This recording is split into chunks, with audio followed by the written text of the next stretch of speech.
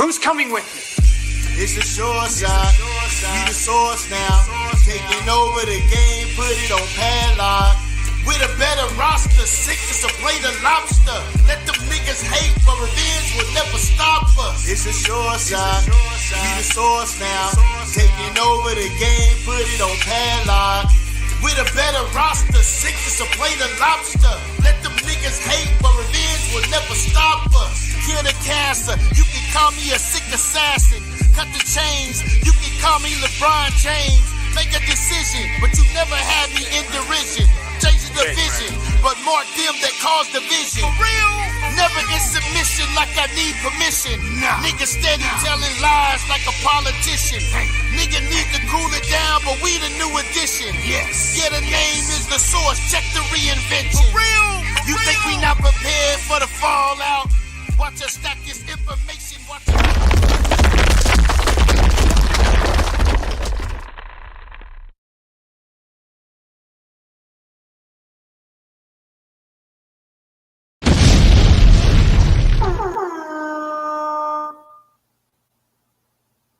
Yo.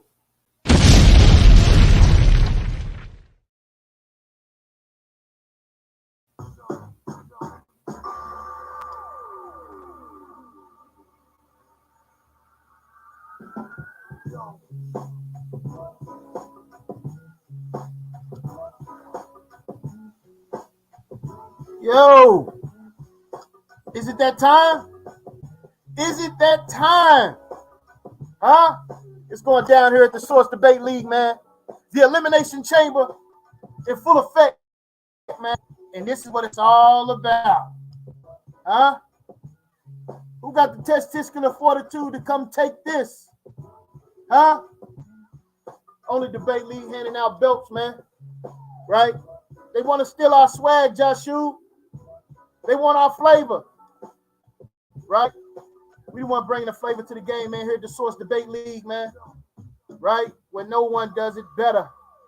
Right? Where champions are made. We got a good one in store for y'all. Got the Scholastic Bully Source heavyweight champion in the building. Talk to us, Joshua. Man, I'm excited. I'm excited to get the Elimination Chamber off the ground and get started. Which one of these young wolves gonna progress to the next round? That's what I want to see, man. Who gonna knock out the other debater, man? Who gonna throw them bowls? Who gonna lay them hands? Who gonna show their intellectual prowess? So, hey, LV and HananYah made a best man win. Best of luck to both debaters. I want to see a fight, brothers. That's right, man. It's going down here at the Source Debate League. Elimination Chamber. Huh? Right? Where champions are made. Listen, man, this was personal, Joshua. Right? LV said he got an axe to grind, right? He got a problem with the Precepticons, right? Huh? It's his time to shine, man. He said it's over, man. It's his time to shine, man. But I think young brother HananYah got something to say about that, man. Right? So welcome to the Source Debate League, man. It's going down. All right. I want to introduce the judges. Because see, here at the Source, this is how we get down, right?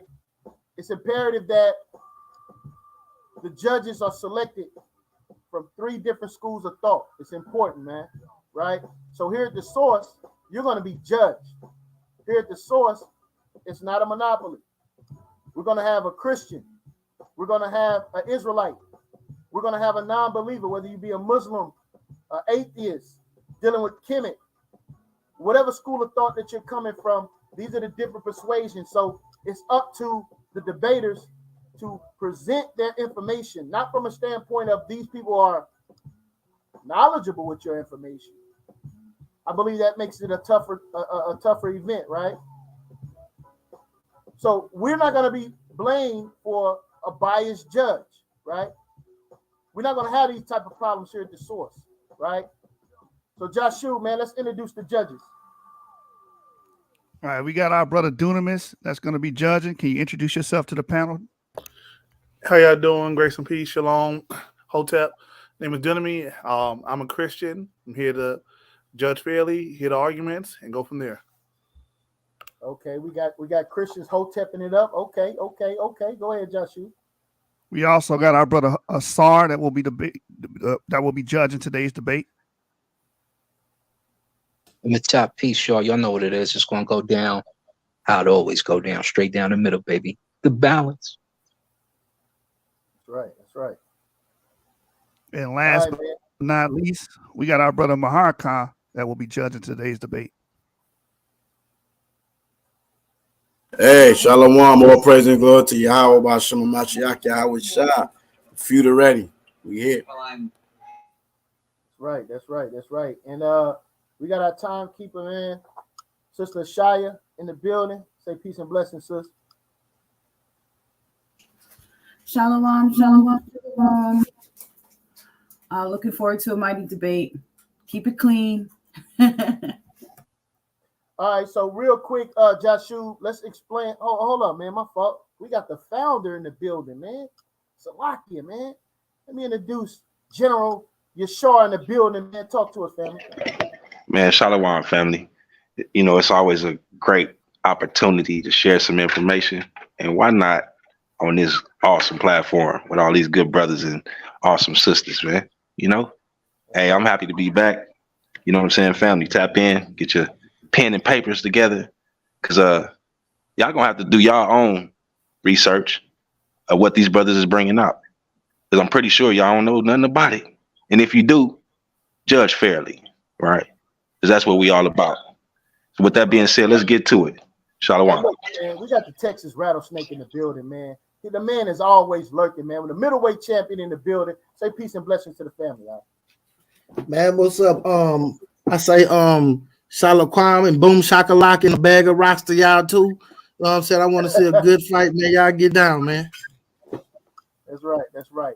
All right, Joshua, man. So you want to explain the time, so we get this time right. Make sure that they understand the time for those that are watching. Yes, both debaters have agreed to 3 rounds. The first and second round will be 10 minutes each, and the third round will be 15 minutes.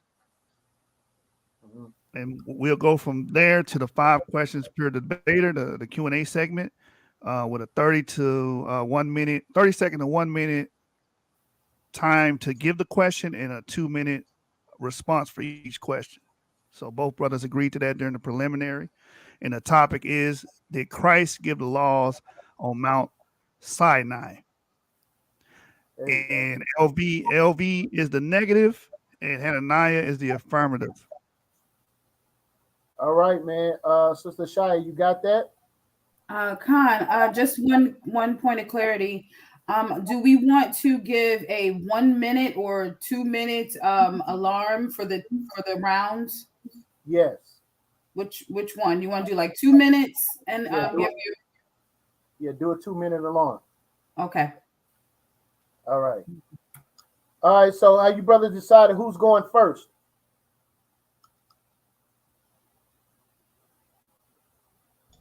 We haven't decided. All right. Who want to go first, man? Flip a coin live. Somebody go flip a coin live. Let me pull a quarter out. Yeah, go ahead and flip a coin, Jeremiah. All right, let me see if I got some coins here. Oh, there's a coin. Call it. Somebody got to call it. Is it a quarter? All right. Who said heads? Yo, Jeremiah, is it a quarter? Who said heads?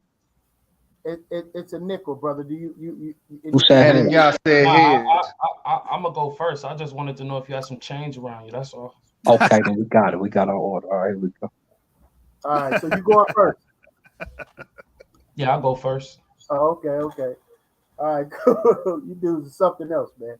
All right, man. Let's get it in, man. It's on you. Your time starts when you start. Okay. Let me share my screen. I'm sharing my screen. Let me know when it can be seen. All right, and we'll get that track in at the intermission as y'all transition out of the 3 rounds, all right? Understood.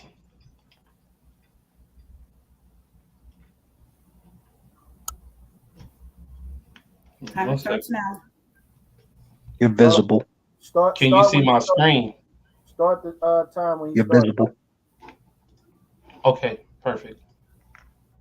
I appreciate the opportunity to be on the Source Debate League, man. It's always a wonderful space for me to come and show and prove every time. And I appreciate HananYah for allowing me to be his opponent. Did Christ give the laws to Moses on Mount Sinai? My clear position is no, which is called the negative. And the wonderful thing about having these preliminaries is we get to ask questions to further peer into a person's idea so that we can properly fortify ourselves in an argument. With that being said, I go to my second piece of evidence. Let me know if you guys can hear this. Do you believe Christ is an angel? No. Okay. Well, let's do this. I'm going to play it from. Give me 1 second. Boom. Go ahead and LB, we could hear it. We heard the clip. He just said you could. Okay, well, play it on the screen. I'm sorry. Play it on the screen. I put it in there as a video drop. Go ahead and play that for me, please. Do you believe Christ is an angel? No. By angel, do you? Okay, so clearly my opponent believes that Christ gave the laws on Mount Sinai, but Christ is not an angel. So the only thing that left to do is to actually go into the Bible at this point and to show and prove how that's utterly ridiculous and wrong, because the Bible is clear on this point. Are you back to my screen? I am now. Okay, first I'll take you to Acts 7:53. I'll put the scripture in red so we can see it clearly. Who have received the law by disposition of the angels and have not kept it? Question, who is receiving the law and by angels? This is clearly a reference to Moses receiving these laws, and I'm going to make that clear as we go through the round. I put my source, that's the Bible gateway right there. And I feel it necessary to also define disposition, because this is a common theme that you need to be aware of when we talk about who is operating on God's behalf. We have disposition, a person's inherent quality of mind and character. Second definition, the way in which something is placed or arranged, especially in relation to other things. This relation is obviously into God, his will. This definition comes from Oxford Languages, Google search, anybody can go and find it.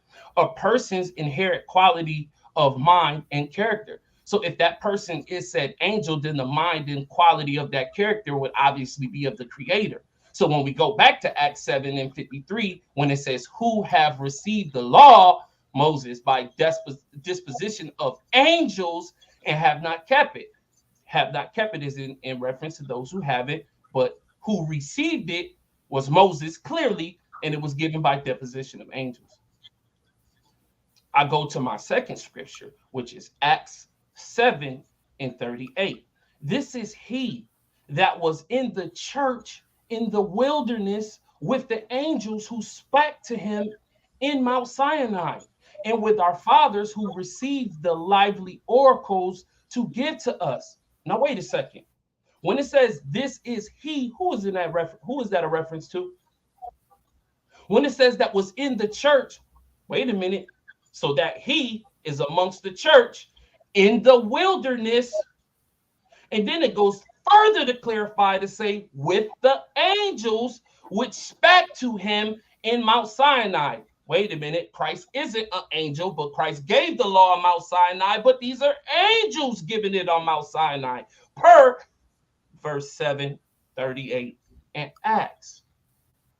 We can't gloss over this.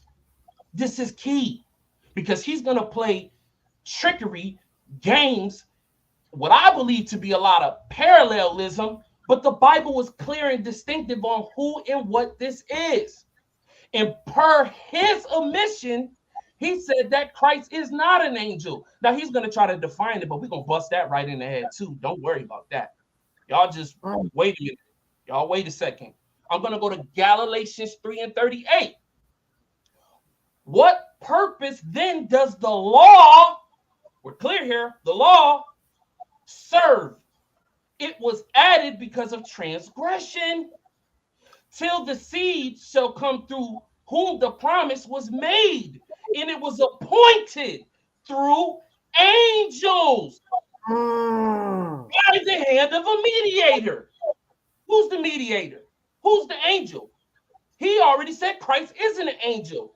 So why are we seeing an appointment, something being appointed, the law, by the hands of, through angels, by the hand of a mediator? Moses is that mediator. Those are angels he's involved with on Mount Sinai and throughout the Old Testament, and we're going to show that clearly as well. I'm going to go to you know what? Yeah, we'll land right here. Exodus 19:3. We're going to jump into the Blue Letter Bible, and I'm going to open up all these sources later on when it comes time to choking the air out of my opponent. But right now, we'll just merely reference them. Exodus 19:3. And Moses went up unto God, and the Lord called unto him out of the mountain, saying, Thus shalt say to the house of Jacob, and tell the children of Israel. Now, when you go to your Blue Letter Bible, we have God. God is referenced as Elohim. And the number for this, so everybody can be clear, all of the judges, 8430. And that's going to be very important when I show the relationship between Elohim and angels. And I think I'll land right there, man. I appreciate the time. Okay, thank you. You have about 3 minutes left. Okay.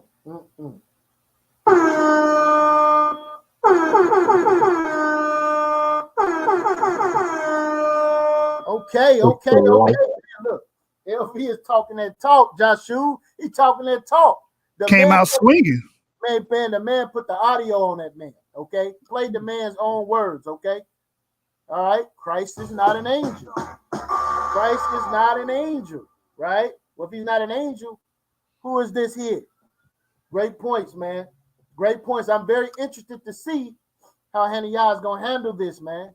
What say ye, Joshua? Hey, man, I just want everybody to go check LV's gloves, because I don't think he hitting with regular hands, bro. He might got rocks in his gloves or something. He hitting real hard in his first round. Somebody check that brother's gloves, man. Okay. He was mad as hell, and I'm not going to take this anymore.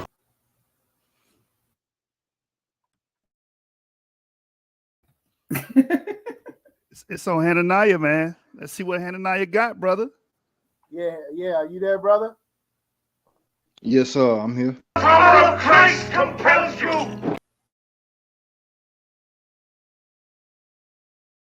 Hey, I'm going to share my screen. Are you ready to go?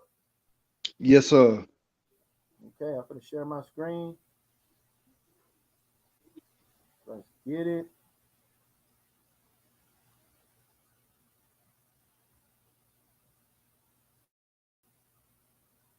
All right, can you see my screen? Yeah, it's loading up.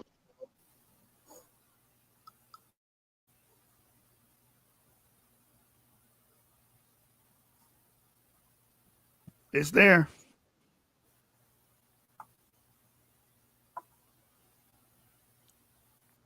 It's on you.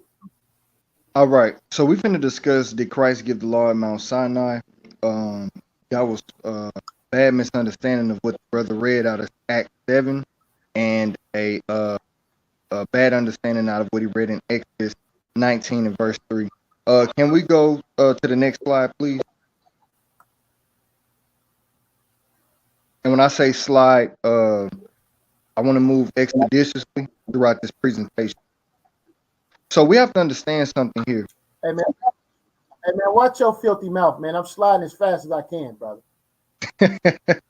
Appreciate you, brother. Appreciate you. So let's investigate, what did Jesus Christ say about the Father? We're going to go to John, the book of John, chapter 5 and verse 37. And it reads, And the Father himself, which has sent me, hath borne witness of me. Ye have neither heard his voice at any time, nor seen his shape. So Christ is making a statement that nobody has heard his voice or seen his shape. Let's get further understanding on this. John 6 and 45. John 6 and 45 reads, "It is written in the prophets, and they shall be all taught of God. Every man, therefore, that hath heard and hath learned of the Father cometh unto me.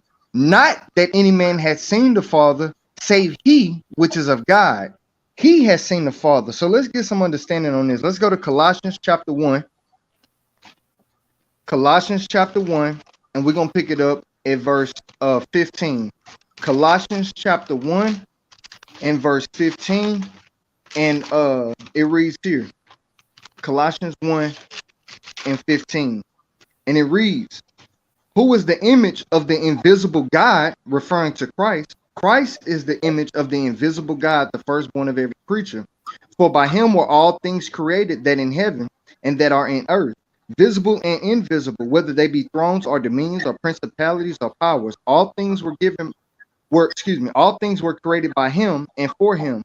And he is before all things, and by him all things consist," right? So we see here that the Father is the invisible God. Let's go to 1 Timothy chapter 1 and verse 17. 1 Timothy 1 and 17 reads, "Now unto the King eternal, immortal, invisible, the only wise God, be honor and glory forever and ever. Amen." Right? We see that that's referring to the Father. Now, let's draw this point home and go to Deuteronomy chapter 4. Deuteronomy chapter 4 and verse 12. And it reads, "And the Lord spake unto you out of the midst of fire. Ye heard the voice of the words, but saw no similitude, only ye heard a voice." So Christ said, you have never heard the voice of God, right? But he's saying here, but what's being said here by Moses is that a voice was heard, but no similitude was saw by the people. So let's investigate this even further, right? Let's go to my next slide. We're going to go to Exodus 24. Now, the brother went to Exodus 19 and 3, where he read that God was in the mountain, where Moses was. So we're going to go to Exodus 24, and we're going to pick this up, Exodus 24, verses 9 through 12. And it reads, "Then went up Moses and Aaron, Nadab and Abihu, and 70 of the elders of Israel, and they saw the God of Israel." They saw, not the whole multitude of Israel and the mixed multitude that came out of Egypt, but the elders saw the God of Israel, and there was under his feet as it were a paved work of sapphire stone, as it were the body of heaven in his clearness. And upon the nobles of the children of Israel he laid not his hand. Also they saw God and did eat and drink. And the Lord said unto Moses, "Come up to me in the mount," like the brother read in Exodus 19:3. God was in the mountain. God is saying, "Come up to me in the mount and be there, and I will give thee tables of stone and a law and commandments which I have written, thou mayest teach them." So God is saying not only is he in the mount, but he's going to give Moses the law. So let's go to Exodus 33 and verse 10. Exodus chapter 33 and verse 10. And it reads, "And all the people saw the cloudy pillar stand at the tabernacle door, and all the people rose up and worshiped, every man in his tent door. And the Lord spake unto Moses face to face." The Lord spake unto Moses face to face, as a man speaketh unto his friend. And he turned again into the camp. But his servant Joshua, the son of Nun, a young man, departed not out of the tabernacle, right? So we see here that that God is speaking to Moses face to face. So now we must question something that's in the latter portion of Exodus 33. Let's jump down to verse 20. Exodus 33, 20-23, and it reads, "And he said, Thou canst not see my face, for there shall no man see me and live. And the Lord said, Behold, there is a place by me, and thou shalt stand upon a rock. And it shall come to pass, while my glory passeth by, that I will put thee in a cliff of the rock, and will cover thee with my hand while I pass by. And I will take away mine hand, and thou shalt see my back part, but my face shall not be seen." So God is speaking to Moses and saying, you can't see me in my glory. The emphasis is on glory, right? But he says in the earlier portions of this chapter that the Lord is speaking to Moses face to face, right? So it says there was a God seen by Abraham. Let's go to Genesis 18 and verse 3, because we have to understand something. Who is this God of the Old Testament? And we're going to identify that God throughout the duration of this presentation. So this is Genesis 18 verses 1 through 3. And it reads, and the Lord appeared unto him in the plains of Mamre, and he sat in the tent door in the heat of the day, referring to Abraham, and he lifted up his eyes and looked, and lo, 3 men stood by him. And when he saw them, he ran to meet them from the tent door and bowed himself toward the ground. And he said, my Lord, if now I have found favor in thy sight, pass not away, I pray thee, from thy servant. So Abraham is seeing the Lord, and we're going to get further understanding of that later on throughout this presentation. We're going to go to Genesis 19 to verify that this is the Lord here. Genesis 19:24 says, then the Lord rained upon Sodom and upon Gomorrah brimstone and fire from the Lord out of heaven. Right now, my opponent LV, he mentioned the term parallelism. Is this the position of ancient Israel, that there was parallelism when the Most High was speaking, or when the God of Israel was speaking? We're going to further examine this throughout the duration of this presentation, right? So let's go to Exodus chapter 6. So we see here that the Lord met Abraham, right? Genesis 19 says that the Lord rained upon Sodom and Gomorrah fire and brimstone from the Lord out of heaven. So there's one Lord on earth, one Lord in the heaven. And I'm going to show that there's 2 powers in the heavens. And this was a thought process of the ancient Israel during this time period. This is Exodus chapter 6. And I'm going to read verses 1 through 3. Then the Lord said unto Moses, now shalt thou see what I will do to Pharaoh, for with the strong hand shall he let them go, and with the strong hand shall he drive them out of his land. And God spake to Moses and said unto him, I am the Lord, and I appeared unto Abraham, unto Isaac, and unto Jacob by the name of God Almighty, but by my name Jehovah was I not known to them. So we see here that the Lord is making extremely clear that he appeared to Abraham, Isaac, and Jacob, right? So now we're going to further examine something, right? Because I'm sorry, go ahead. 2 minutes. Okay, we're going to go to John chapter 8, and I'm just trying to lay the groundwork real quick. We're going to go to John chapter 8, and we're going to investigate this God that appeared unto Abraham. We're going to look at Christ's word. John 8:56 through 59 read, your father Abraham rejoiced to see my day, and he saw it and was glad. Then said the Jews unto him, thou art not yet 50 years old. Hast thou seen Abraham? So they hold to a position similar to what LV holds to. Let's continue to read. Verse 58, Jesus said unto them, verily, verily, I say unto you, before Abraham was, I am. So the Lord Jesus is saying, the Messiah is saying that Abraham rejoiced to see the Lord's day, and he saw it. We just read in Genesis 18 where the Lord saw Abraham. So during the next round of this, we're going to identify this Lord. Okay, so I'll stop right there, and I'll hand it over to my opponent, LV. I yield. 45 seconds remaining.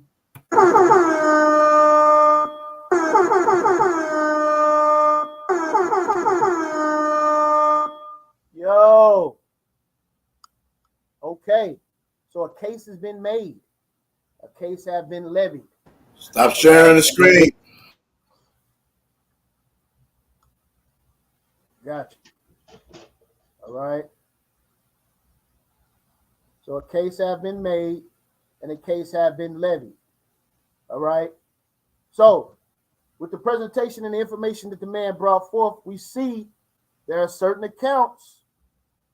There are certain accounts where a presence was seen, according to the scriptures, according to the information that the brother brought forth, man. Powerful information. Joshua, what say ye?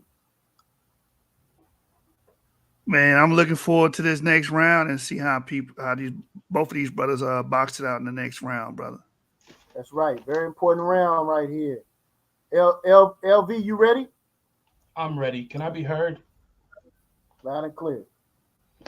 Well, clearly I'm experiencing the same tactic that multiple people do time and time again.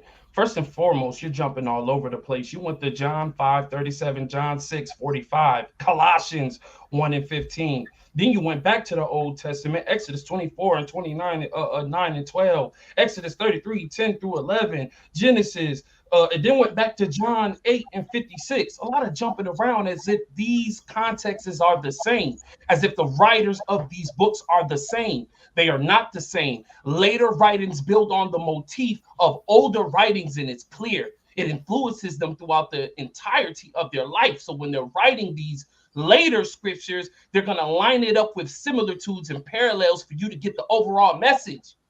This is the point of writings and having a succession of writings. This is simple. You said the Lord spoke to him face to face. Okay, but we have other scriptures where it says no man can see my face. So you're going to have to explain these type of things. You can't just put one narrative and one side out of there. You have to make sense of what's actually being said. And then you went into you talked about glory, but you didn't define the glory. You just left it as some type of cliffhanger. Don't mention it if you're not going to go into it and actually expound on it. You're misleading people so that they can actually adhere to a preconceived notion instead of digging into the information. But since we're talking about information, let's get back to the PowerPoint. Let's do that. Talk that talk, LB. I think that'll be appropriate. I'm just going to simply pick off where I left off. You mentioned 19 and 3 in Exodus, but once again, show us PowerPoint. Show us PowerPoint. Hold us time. Show us. There you go. I just go right back to Exodus 19 and 3. Once again, I have the reference to the Blue Letter Bible. I'm going to actually open it up and we're going to see into it a little bit more. But once again, the word for God there is Elohim. This is important. I want you to remember this. Elohim. All right. I'm going to go into angel simplified. And this comes from the Biblical Encyclopedia, just for anybody's curiosity. It's sourced right here. Then we're just going to read an excerpt. Angel, used in the Septuagint in New Testament. Remember, he doesn't believe Christ is an angel. For the Hebrews, malak, a word signifying both in the Hebrew and Greek, a messenger.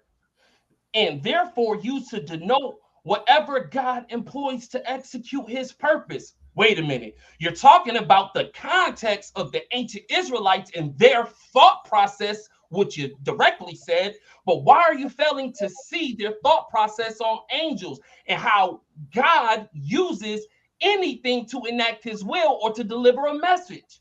If you truly was adhering to the thought process of the ancient Israelites, then you would know a wind hitting your face can be an angel per the message you receive. A baby doing a task can be something angelic based on what you receive from it. God uses a multitude of ways in order to interact with whatever. But you're failing to actually see that. Let's just keep going. Or to manifest his presence or power. Hence, often with the addition of Jehovah and Elohim. Wait a second. Elohim, I heard that before. Is that the term for God in Exodus 19 and 3? So can this Elohim in fact be an angel per my source? We're not just talking, we actually punching right here. Okay, just you know what? Y'all think I'm lying. I got something for you. Watch this. I'll drop this really quickly. I'm just going to pop up another screen just for the decency right here. Keep the time going. It's okay. It's plenty of time. This is plenty of time. I'm going to go to the McClinton and Strongs. Please show my source, man. If you don't know who McClinton and Strong is, you definitely need to beef up on your scholarship. The forerunners in Hebrew and Greek translations. Let's see what they had to say. Let's keep it fair. This is a long excerpt showing you, but we have to give you a condensed version in order for you guys to see what can be and what cannot be. Once again, angel, used in the Septuagint, New Testament, for the Hebrew, malak, a word signifying both in the Hebrew and Greek, messenger. You see how it just says messenger? Messenger. And therefore used to denote whatever. Wait a second. Whatever? Does whatever qualify anything? God employs to execute his purpose or to manifest his presence. There's a presence on Mount Sinai. That presence is an angel, an Elohim. And he just read it in the script that it's an Elohim, but I'm going to show how it's an angel so you disqualify Christ. This is simple. This is simple.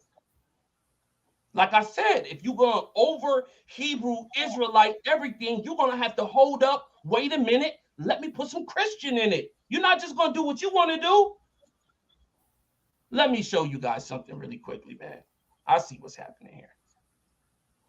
I see what's going on. Somebody's playing with me.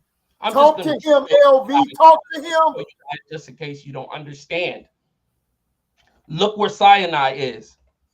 It's actually Egypt. We're talking about Moses, Exodus from Egypt to Israel, to where they commune in these mountains from this space. So understand where we're talking about when we're discussing this, and understand the importance that it holds in its culture, since we're using cultural things.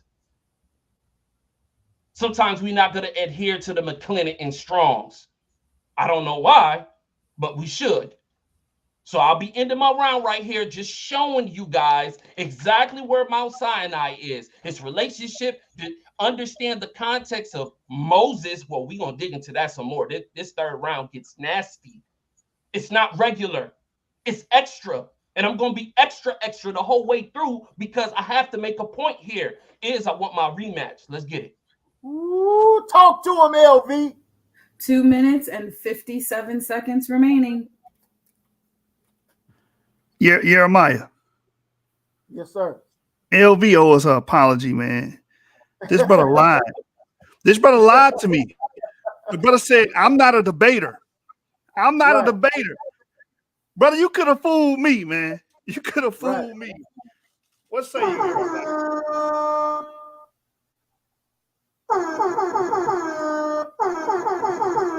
Ooh, it's going down. Yo, just shoot, man. What's going on in here, man? Yo, it's getting hot, man. Woo! Getting hot in here, man. I know we're gonna have to turn the AC on or something, man. It's kind of getting hot in here, man. Getting muggy, man. I don't know what's going on. It's going on. Yo, HananYah, you there? Yes, sir. I'm here. Yo, man, it's time for the turn up, man. Hey, man, LV ain't playing no games, man. All right. It's time for the turn up, man, right now. All right. Are you ready? Yes, sir. Can you pull up my slide? Yes, sir.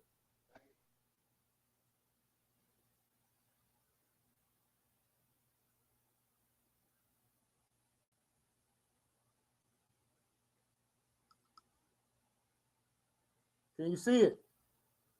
Hey, listen, real quick before you get started, man. Let me shout out. Let me make this disclaimer real quick, right? So we're streaming on multiple channels. We're streaming on YouTube. We're streaming on Facebook. We're also streaming in Clubhouse, man. Shout out to the Clubhouse streets, man. Shout out to the Clubhouse streets. Please share the room. Please share the room. Shout out to Sister Nitsa, Brother Karath holding us down. Raw Religious in the building, right? They holding us down in the Clubhouse streets, man. They here to see the smoke. They here to see the smoke. All right, it's on you, Art. All right. Yes, sir. Yes, sir. Can you go to my next slide? Got you. Got you. 1 second here.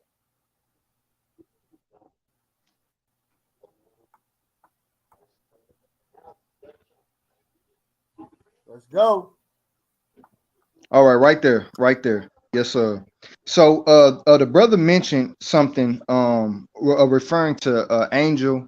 The Hebrew term for angel is malak.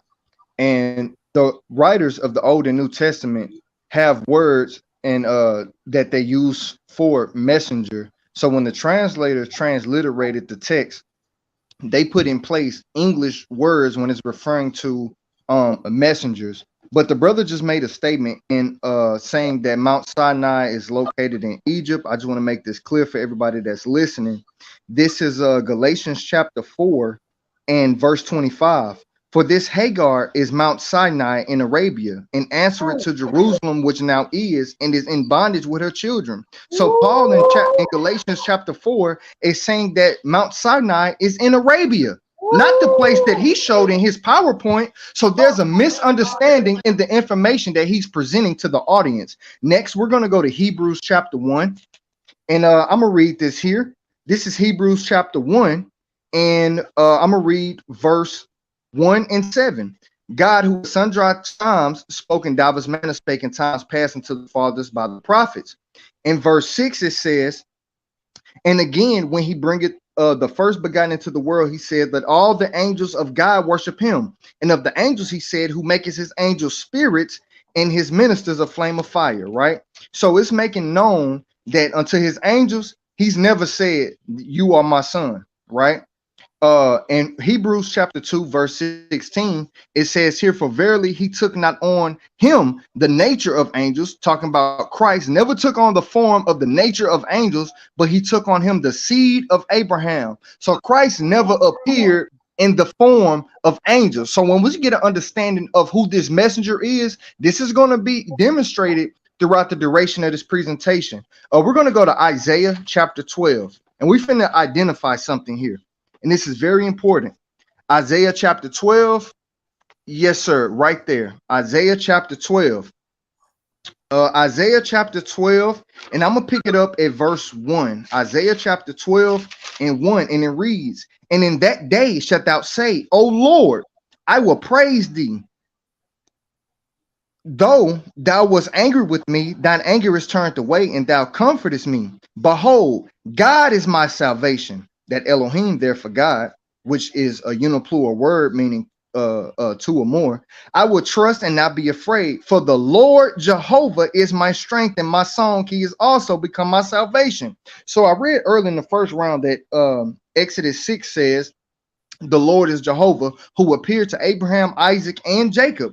And what we're reading here, and what you see on the screen, is the Hebrew word for salvation, which is Yeshua. Okay. The Hebrew word for salvation is Yeshua. So in retrospect, what's being said is, for the Lord Jehovah is my strength and my song. He also is become my Yeshua, which is the name of the Messiah that came in the flesh. Now, may you scroll up to the previous slide where you was just at? The one before that one? Yes, sir. That right there. We're going to go to the book of John, chapter 19. Now, we just read that the Lord God has become my salvation, or the Lord Jehovah has become my Yeshua.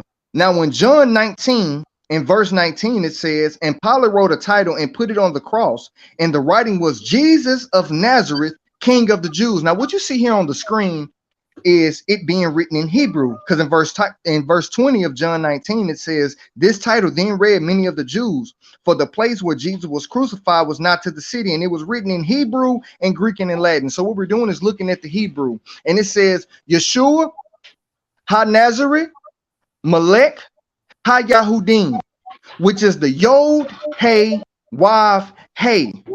So we see where it says the Lord Jehovah is my salvation, my Yeshua. Go down to the next slide. Next slide, brother. Yes, sir. Right there. Right there. So we have here the Yod Hey Vav Hey, known as the Tetragrammaton.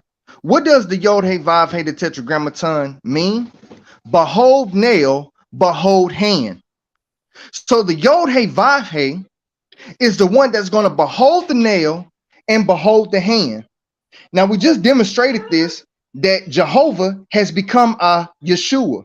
Now we're going to go to Acts chapter 4 to demonstrate how Yod Hey Vav Hey, or Jehovah, has become my Yeshua, also known as salvation. We're going to go to Acts chapter 4. Go down to my next slide.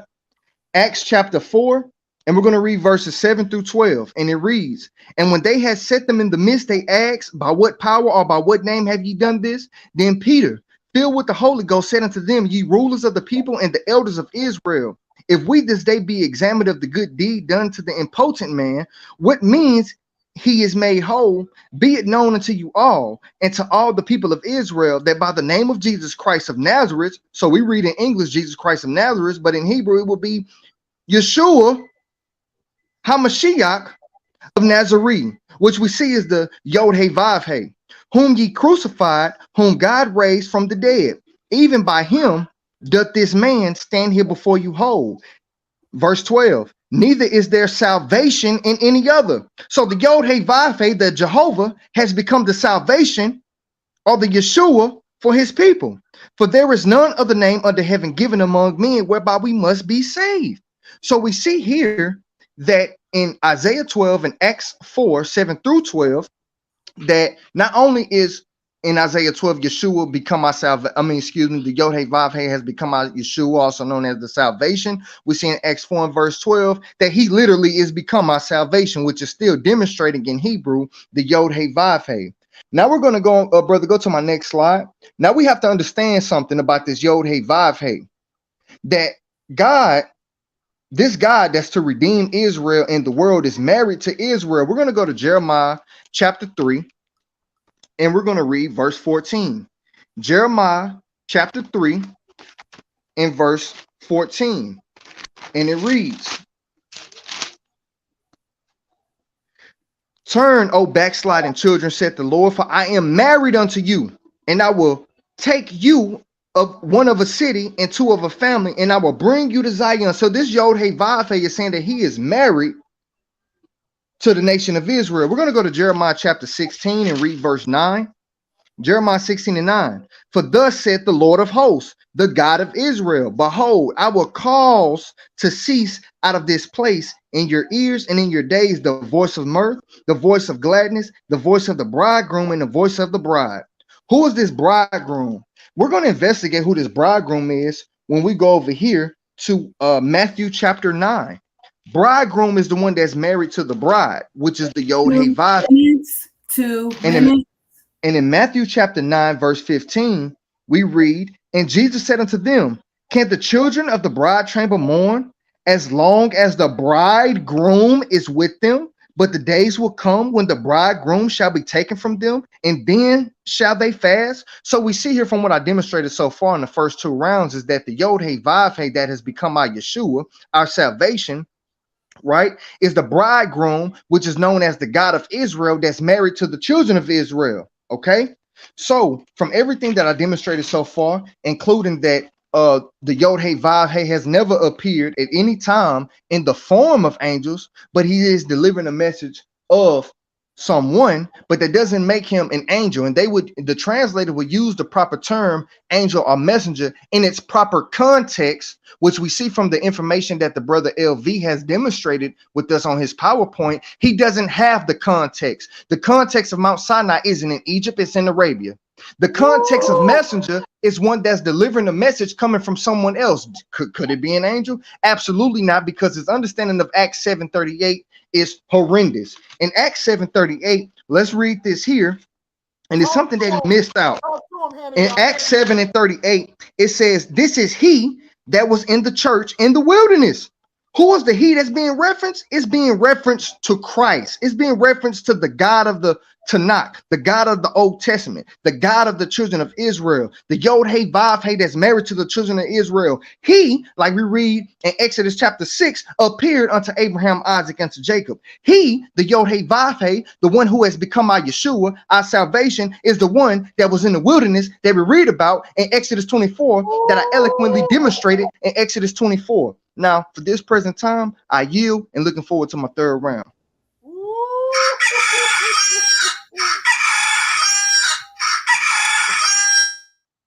Yo. Yo.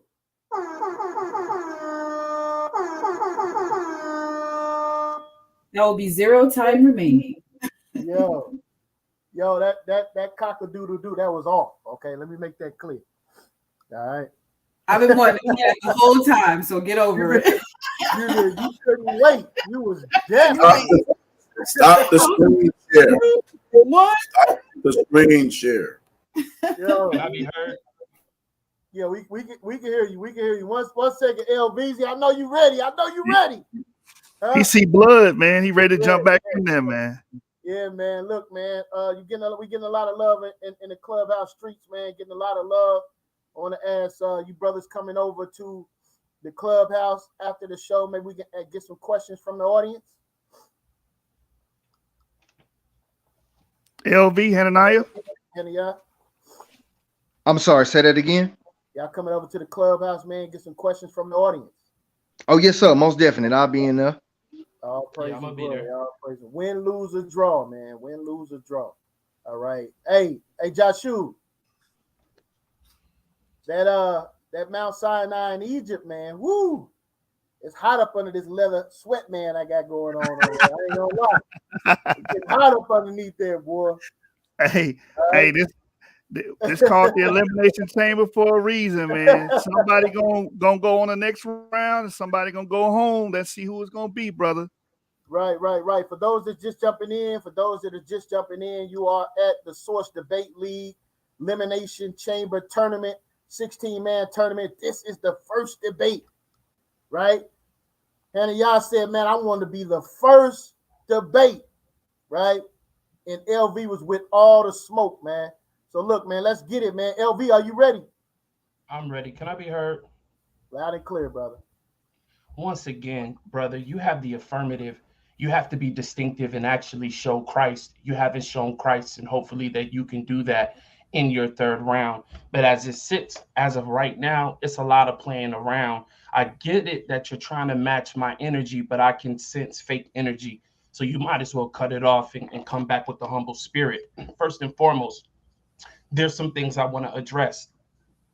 You were confused because when I showed my presentation, which I'll do in a second, you misquoted me to say that I said that Mount Sinai is in Egypt. But because you don't study, you don't understand where Sinai comes from. It comes from the desert in Egypt. I'm going to go to another source just to put you in your place a little bit. We have the Jewish Encyclopedia, Mount Sinai, mountain situated in the desert of Sinai, famous for its connection with the promulgation of the law by God through Moses. The general opinion of modern scholars is that the name Sinai is derived from the name of the Babylonian moon god, Sin. You understand that? So when we talked about the cultural context and we talk about them leaving out of Egypt, do you understand what that actually means and how words translate into other meanings later on based on what a culture and people have been through? Do you understand that? So maybe it'll make more sense when you mention Yeshua's name meaning salvation. Do you think the word salvation was invented when he was named? Or do you think that the Hebrew words have meanings? Or do you think Hebrew names have meanings? Don't equate it to English, my friend. Keep it in the cultural context. That thing you were talking about, you're trying to keep it similarly to just wording. You have to align this with what they actually lived. So understand what Mount Sinai is and where the name comes from. You ever heard of the Sinai Peninsula? Have you, sir? Please don't answer. I'll just go into another reference online just to furthermore show and demonstrate that you misrepresented me and you don't know what you're talking about. If you understood the close proximity and locale of these actual places, then you would understand your grave error. You see where it says Mesopotamia? You see where it says Egypt? You see where it says Arabia? Do you see these waterways? Do you understand how they traveled? Clearly you don't. And I did not say that it's in Egypt. You took the picture and you ran with it instead of just kind of trying to look into it a little bit more. Also, let's go back to the presentation. Let's get back there. I'm sorry. I got a whole lot of tabs open. You know what? No, I'm just going to source your life away. That's what I'll do. Let's go into that Jewish encyclopedia just so you guys can understand that I'm not making this up, pulling this out of nowhere. This is all being sourced. Mountain situated in the desert of Sinai, famous for its connection with the promulgation of the law by God through Moses. The general opinion of modern scholars is that the name Sinai is derived from the name Babylonian moon god Sin. Okay, Mount Sinai is often referred to as the mountain of Elohim.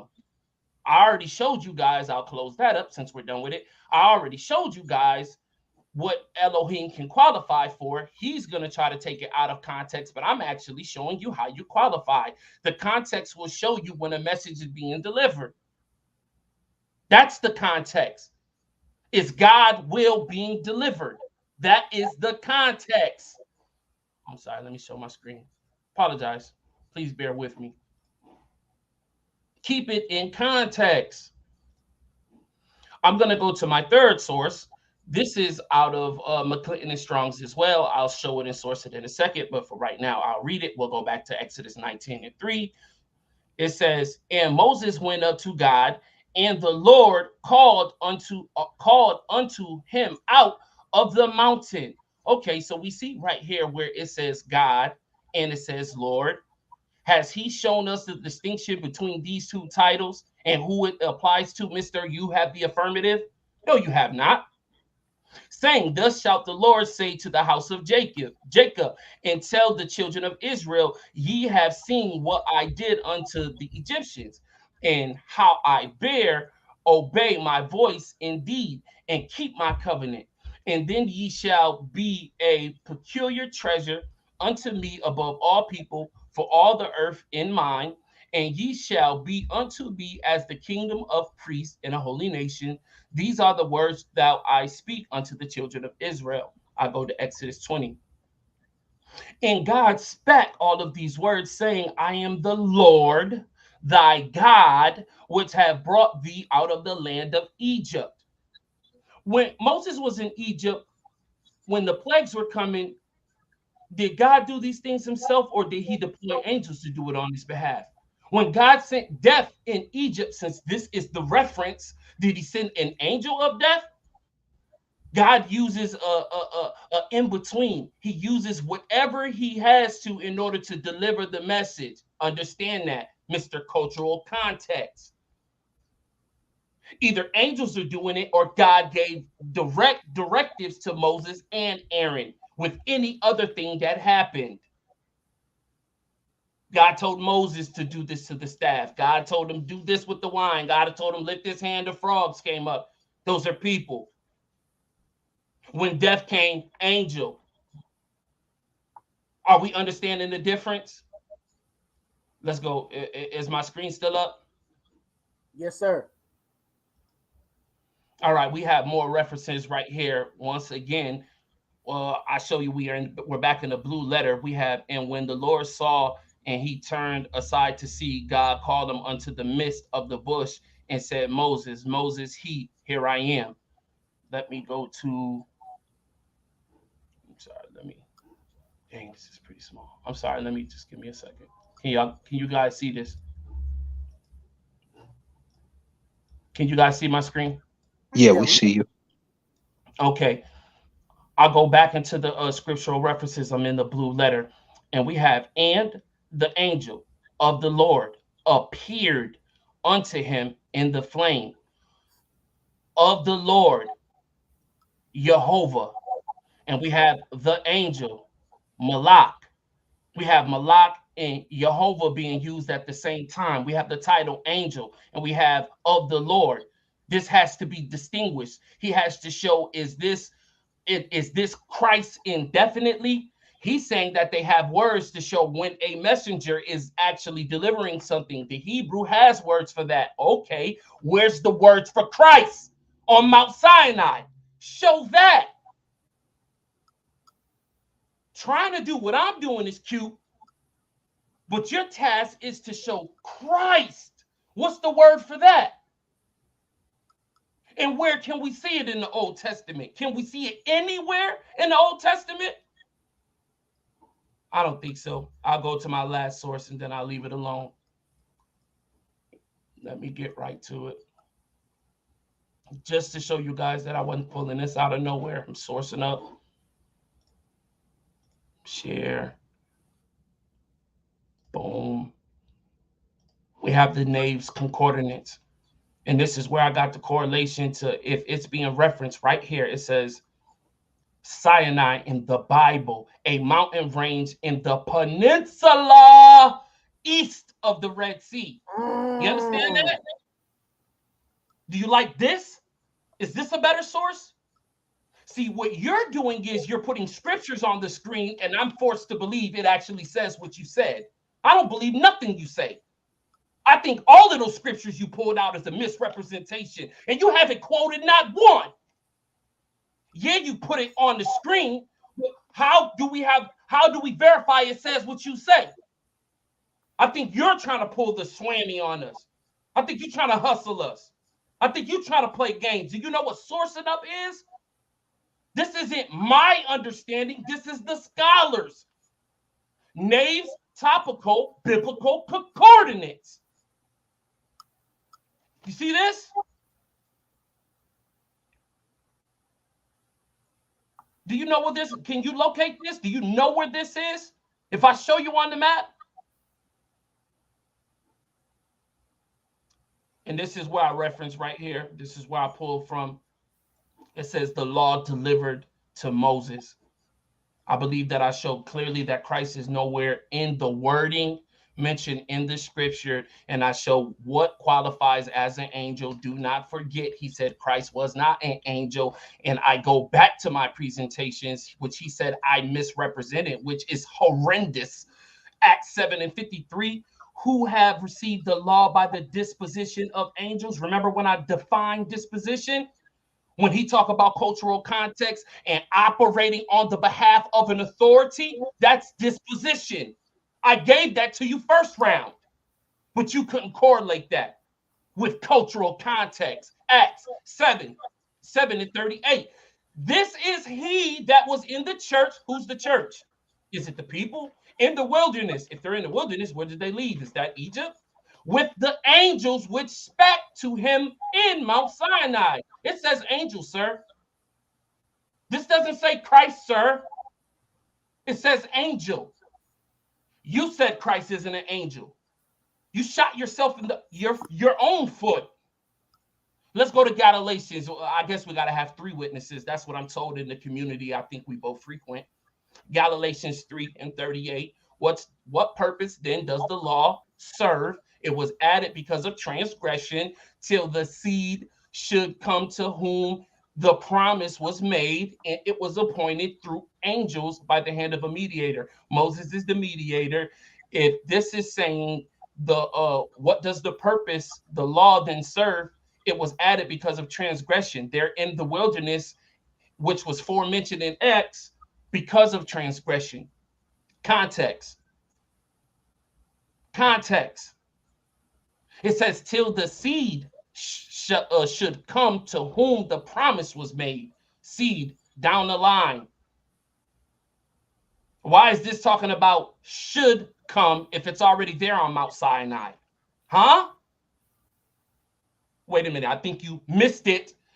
Till the seed, the person that you keep talking about should come from who the promise was made through the loins of Abraham, Isaac, Jacob, all of that good stuff.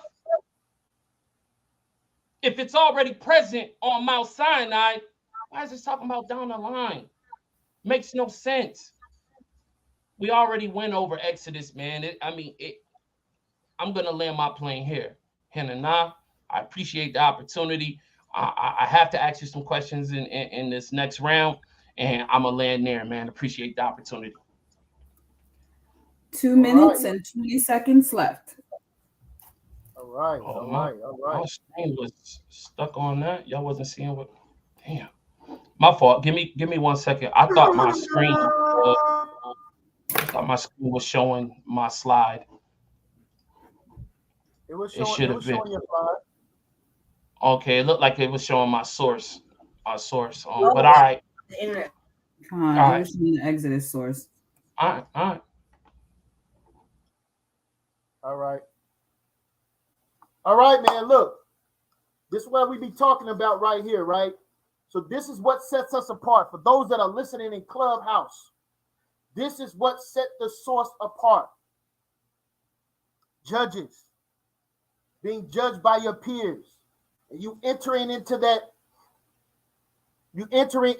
third round, right? You going into the question and answer segment, right? And you entering into that third round, and you don't know what what's on the judge's mind. I don't know. Are they paying attention? Are they focused in on the information that I'm presenting? Can they hear me? This is what sets you apart. This is what we debaters live for. Shout out to Pro Rizzo, man. Right? This is what we live for. These moments is high tension, high pressure moments. This is what it's all about, right, Joshua?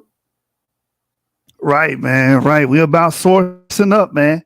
And if you ain't sourcing up, you better be shutting up, man. I'm just saying, I'm happy to see this and be a part of this, man. These brothers is fighting.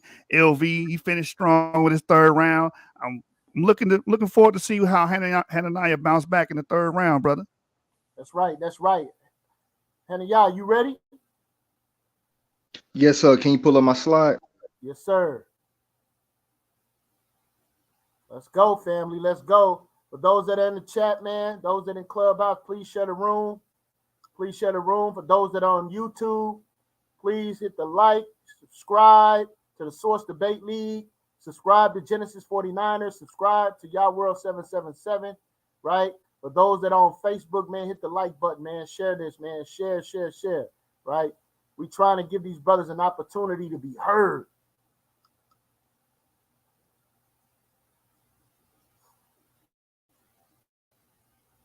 All right, let's go.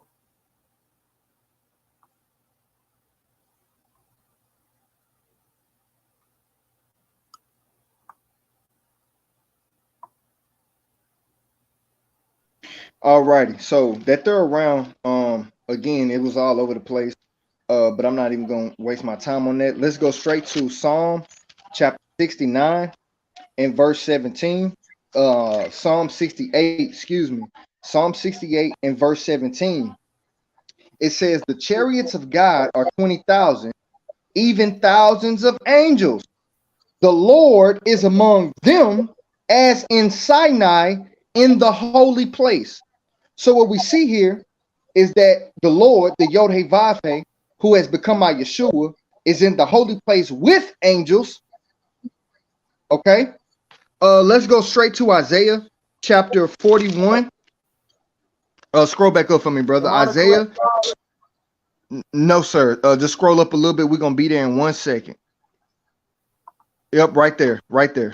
Isaiah 41, verse 4 and verse 26 says, who hath wrought and done it, calling the generations from the beginning, I the Lord, the first, and with the last, I am he.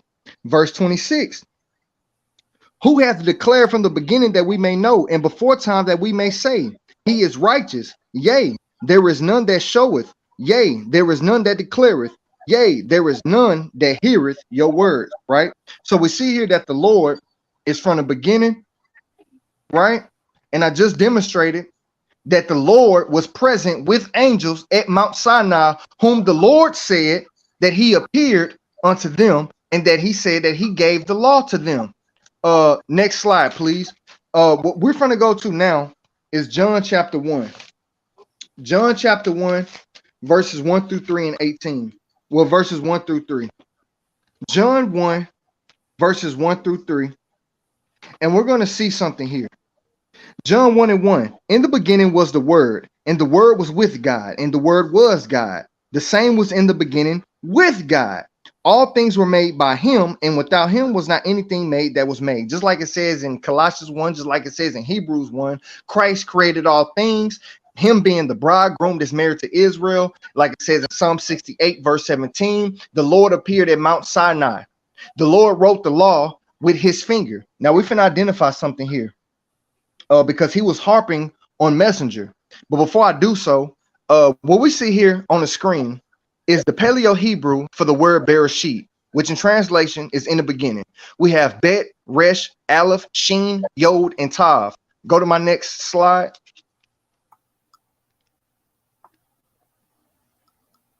Go ahead, go down. We ain't got time for that.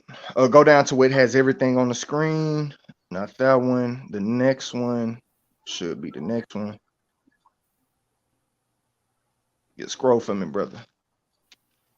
All right, right there. So you want to screenshot this. If you're looking at the screen, you want to screenshot this and study this. I have information to go into this directly, but the Paleo Hebrew goes into the first prophecy that's mentioned in the Bible, right? Which says that the Son of God, who is the creator, has come to the earth to be destroyed and to destroy, right? And I'll go into that in the clubhouse room later on, but let's go to my next slide. I'm going to go to Isaiah chapter 40. Isaiah chapter 40. And we're finna get into some of these sources, man. He want to play the little game with Sinai. I can do that on the Clubhouse app and show him where Sinai truly is. This is Isaiah chapter 40, verses 1 through 3. Comfort ye. I'm going to just start at verse 3. It says, the voice of him that crieth in the wilderness, prepare ye the way of the Lord. Make straight in the desert a highway for our God. We should know that the one that's crying in the wilderness is John the Baptist. The God that's being proclaimed is referring to the one who came in the flesh, the one who became our Yeshua, right? So let's go into Malachi chapter 3, and let's investigate this messenger here. Malachi chapter 3 and verse 1. It says, behold, I will send my messenger. Why doesn't it say I will send my angel? It says, behold, I will send my messenger. So the translators know exactly what words to put in English to correlate the understanding that's being given in the Hebrew. Behold, I will send my messenger, and he shall prepare the way before me. And the Lord whom ye seek shall suddenly come to his temple, even the messenger of the covenant whom ye delight in. Behold, he shall come, saith the Lord of hosts. So this is what the Father is explaining about the one that's going to come. Okay, now let's go investigate Matthew chapter 3. Matthew chapter 3 and verse 3 says, for this is he that was spoken of by the prophet Isaiah, saying, the voice of one crying in the wilderness, prepare ye the way of the Lord, make his path straight. So John the Baptist is clarifying and verifying that Christ is the Lord that was mentioned in Isaiah chapter 40 verse 3. The same Lord or the message of the covenant that was mentioned in Malachi chapter 3 and verse 1. Zechariah chapter 12. We finna try to get through this real quick so I can get to this heavy information here.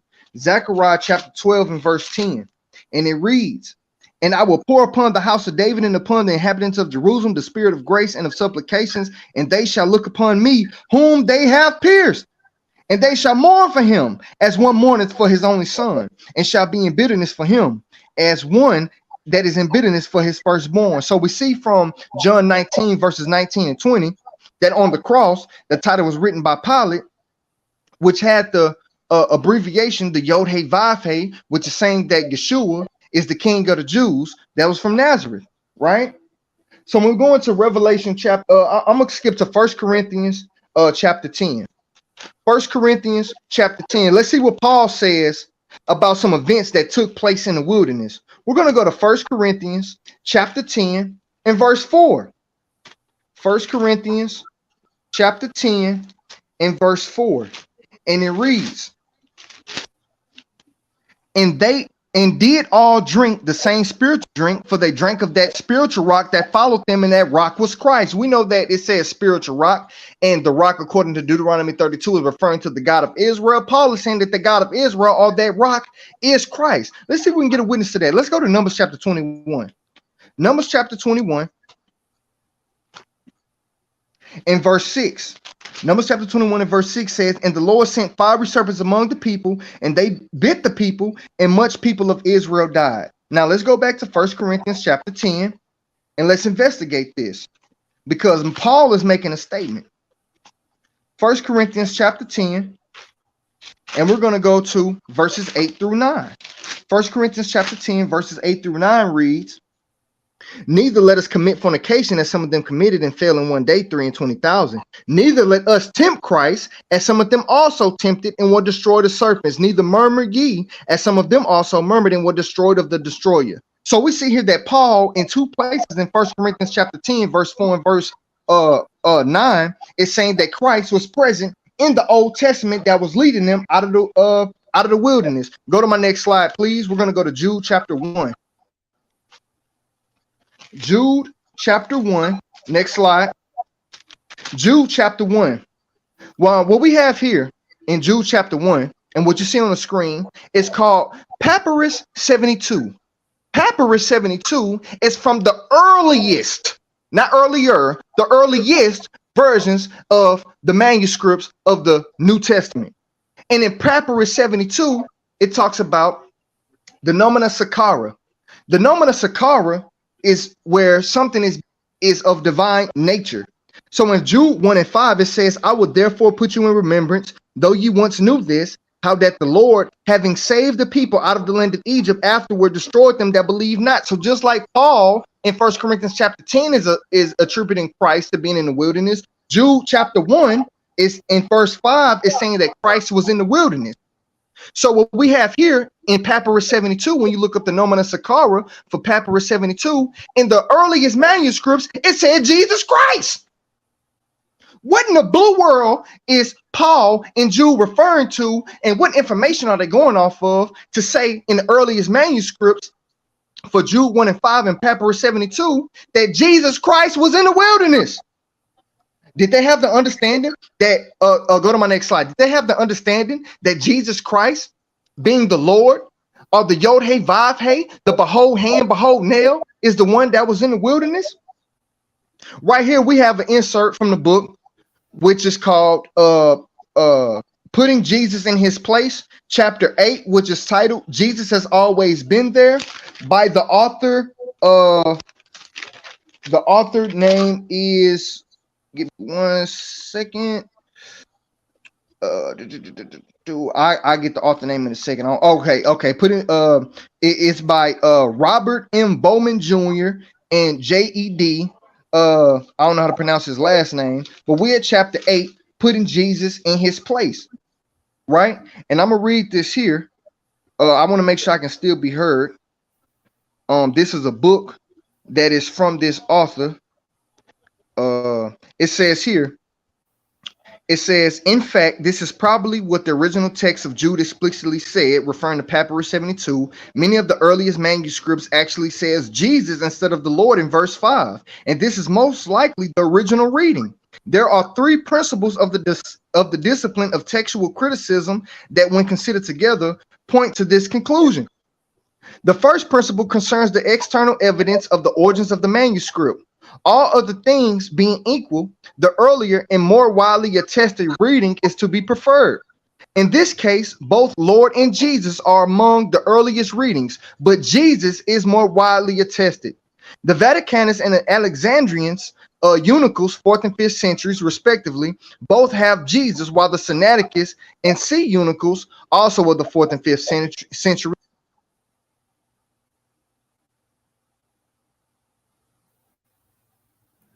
I paused his time. He cut out. Did he drop out, Jeremiah? He got 5 minutes to get it together. Hey, am I heard? Hey, can I be heard? There you go. You back in. No. All right. Sorry, I can't see it from the screen, so I'm going to my screenshots and reading it there. But I just read, if people can screenshot this and zoom in, it's simply saying that in the earlier manuscripts, go to my next slide, that in the earlier manuscripts, it actually, where it says Lord in Jude 1 and 5, it actually said Jesus. This is in the earliest Greek manuscripts, which is in Papyrus 72, next slide, which is in Papyrus 72, right? And I just read from an author, Putting Jesus in His Place is the name of the book. In chapter 8, Jesus has always been there. What we see here on this on the screen here is the Hebrew for the word Torah, right? I covered the Yod-Heh-Vav-Heh, meaning behold nail, behold hand. What we have here is the Tav, the Yod, the Resh, and the Hey, which is in reference to Christ being the man that is nailed to the cross. When you look up the Paleo Hebrew, the tav there, the symbol for the tav is the cross. The yod is the nail. The resh is the man or the prince, and the behold is the man. Okay, and if you can screenshot this and you zoom in, it's going to go into this information for Torah. It says tav, the T sound, pictures a cross, meaning to seal or covenant. Vav, the O sound, pictures a nail or peg, meaning to add or secure. Resh, the R sound, pictures the head, meaning a person, the head or the highest, like the most high, the highest. And the hey, the ah sound, a person with hands raised, meaning to reveal or behold or what comes from. So in retrospect, the Torah actually says, behold, the man who secures the covenant, or what comes from the man nailed to the cross. This is pointing to Jesus. This is the Yod Hey Vav Hey that gave the law. So let's go to my last slide. This is Isaiah chapter 33 and verse 12. Isaiah 33 and verse 12. And it reads here, Isaiah 33 and verse 12. 2 minutes. 2 minutes. And it reads here. This is Isaiah 33 and verse 12. Can you go to my next slide? It says, and the people shall be as the burnings of line. I'm sorry, I'm at 33 and 12. Give me 1 second. 33 and 12. Okay, hold on. I copied down the wrong scripture. So let me just pull this up real quick in my little 2 minutes.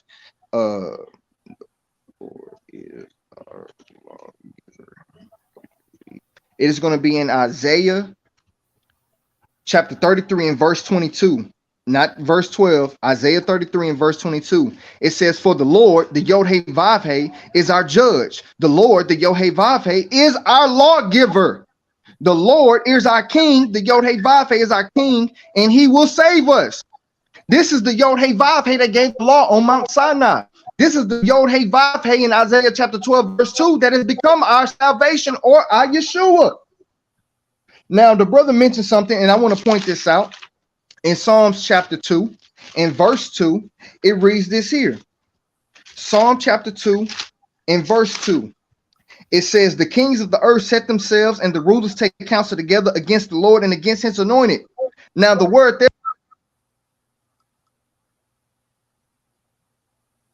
We lost him. I paused his time.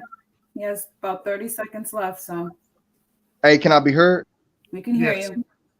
All right. So I was just saying in Psalm chapter 2, where it says, the people, the kings of the earth set themselves, and the rulers take counsel together against the Lord and against his anointed.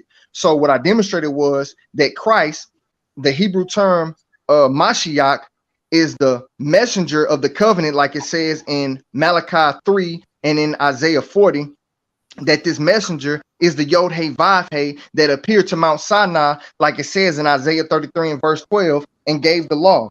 So from the information that I demonstrated,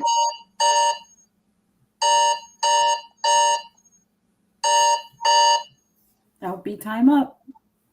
Woo! All right. That's better, I guess. All right. Can everyone hear me?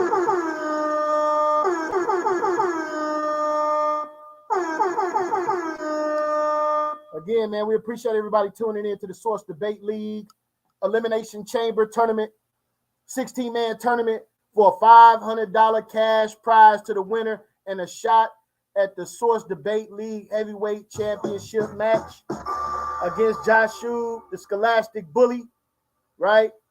We appreciate y'all tuning in, man.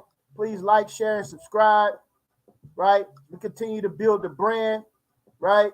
That is the end of the 3 rounds presentation. All right. That is the end of the 3-round presentation. All right. We're gonna have a short intermission, man. We're gonna play some music from our brother LV and a video from yours truly. Right. You can get my my album is out now, Social Issues 2. Right. You can DM me for your copy today. LV, man, you got that plugged and ready? Yeah. All right. If anybody got any clothing line or any businesses that they want to promote during this tournament, right, as we continue to generate interest in the Elimination Chamber, you can promote here. In between the question and answer segment, and the presentation, you will be able to present and your business to the people so they can see how to find you. All right, you ready, LV? Yeah, it's on you. It's loaded. Is there anything you want to say about this track, man? Man, just follow me on YouTube at Clubhouse Streets. For the work.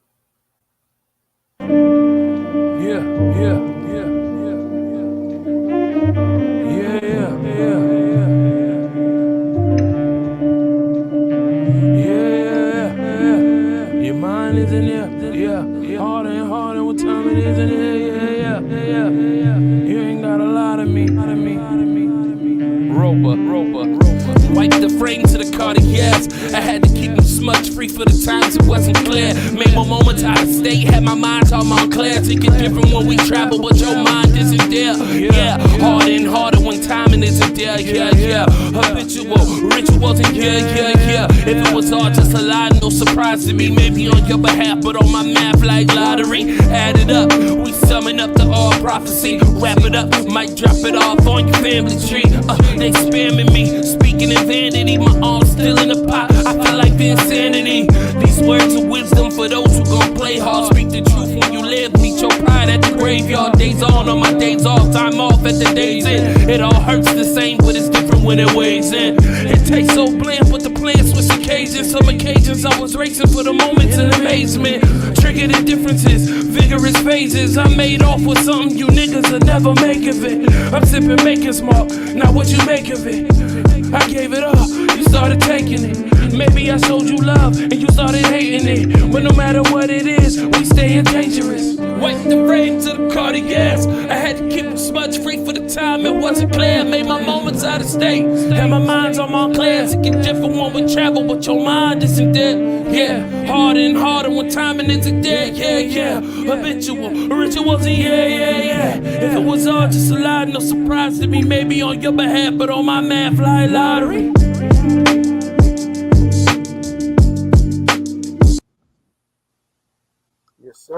Yes, sir. Let me share my screen. I want to let the people know. Shout out to General YASHAR, man. He has a clothing line, Motivated Focus, right? You can hit him up on social media. You can also hit me up on social media for Garments of Vengeance.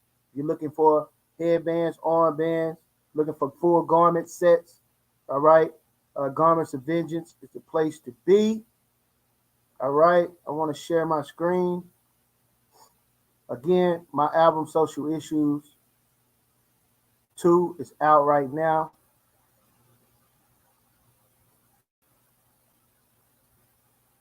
Since we're talking about Christ, I want to play this joint for y'all.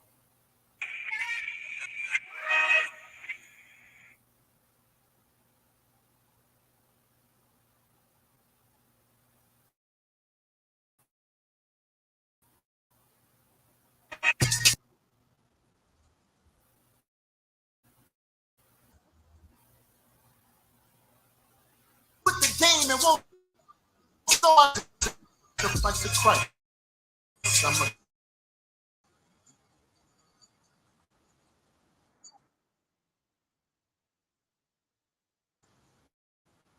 And understand it's more than fornication. Bust a man head for simply acting fraud. Can't hold back my rage, so I lose my job. Tell a man to his face, don't ever play with me. And if you try to play again, I'm catching felony. 9 times being simple jealousy. No, I'm not just telling stories, these is memories. I try to figure how these men have women tendencies. You want to know why I'm mad? Because he offended. But don't you worry about a thing, I got the remedy. Treat him like the president in blast, I'm talking Kennedy.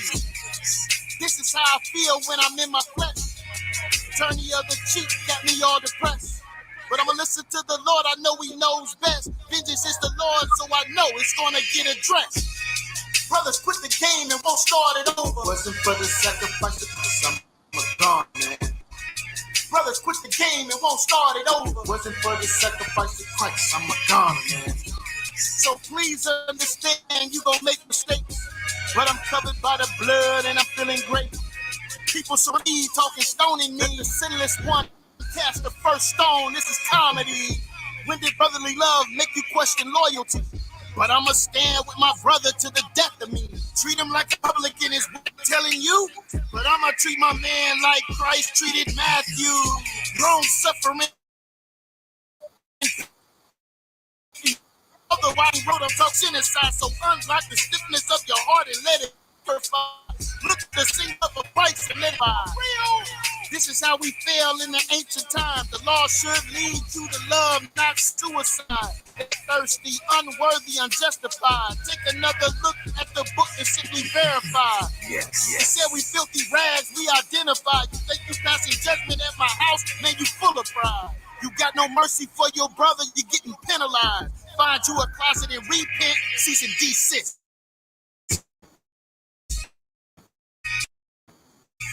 Brothers, quit the game and won't.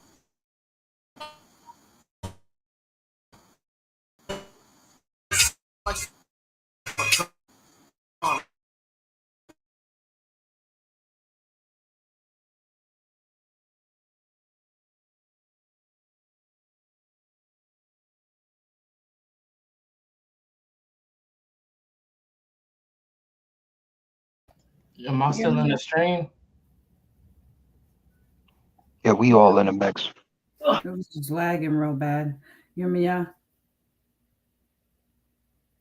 All right, Jeremiah, we moving on to the judgment. Are you there, brother? Yeah, can you hear me clearly? Not the judgment, the question and answer round. Yeah. Yeah, I can hear you. Question and answer segment. Are you brothers ready? Hey, right, hey, Jeremiah, did you get my song? No, I ain't getting no song, bro. You sent me some? Mad late, son. You mad late. Hey, Joshua, are you ready to explain the question and answer segment? All right, these two debaters agreed to 5 questions per debater. They got 30 seconds to a minute to give the question and 2 minutes to respond. So who's going to go first? Wait, who's the last person? HananYah had the last round, right? Yes. Jeremiah. Okay, so LV should start giving his questions first, right? Okay, so HananYah. Hey, hold on. Can I be heard? Yeah. Hey, my phone is glitching, so I need to close this tab and come back in. So give me 1 second. I don't know what's going on. It's just glitching. Yeah, man, we're gonna have to start encouraging brothers to get on a iPad or a laptop during these debates. It is highly problematic to do these debates from your iPhone. I want to make that clear moving forward. Right, Joshua? Hey, can I get a second song in there since he needs a minute? No, he's back. Okay. Plus, I think HananYah had a song he wanted to play. Okay. I think he emailed it to you, YASHAR-YA'OH, if you can pull it up. We can go for it. If anybody want to play songs, we got to line it up before the debate. We got y'all, though. Again, moving forward, in every debate that we had, if you got something you want to promote, just hit us up. Shout out to Talmud. I see what you got there, bro. Again, we want y'all to send it in to us so we can put it on the screen so that people can see what it is that you have so that they can figure out a way to contact you, all right? We're going to get you taken care of. All right, go ahead, Joshua. It's on LB. No, I don't think I heard you explain the question and answer segment. No, I'm back. I'm here. We should be clear on what it is. Okay. All right, let's go. HananYah, can you show us anywhere Jesus Christ in the Old Testament? Yeah, so I went to 1 Corinthians 10 and Jude 1 and 5. So 1 Corinthians 10 says, let me get over real quick. 1 Corinthians 10 and verse 4. I'm gonna start at verse 3. I'm gonna start at verse 1. It says, "Moreover, brethren, I would not that ye should be ignorant," meaning don't be ignorant to this information, how that all our fathers were under the cloud and all passed through the sea, and were all baptized into Moses in the cloud and in the sea, and did all eat the same spiritual meat, and did all drink the same spiritual drink, for they drank of that spiritual rock that followed them, and that rock was Christ. So this is placing Christ in the wilderness, leading the children of Israel from Egypt. Is Corinthians an Old Testament scripture? No, it's not. Okay. Please present source for slide. What is that? That is slide 25. Can you show the source for that, please? Which slide is that? So 25 on your slide. Yeah, I don't know them by number. So if you can tell me which slide you're looking at. Yeah. Come on, man. Jeremiah, pull up his PowerPoint and go to slide 25, please. All right. And put it on the screen, please. And make it clear I asked for the source. All right.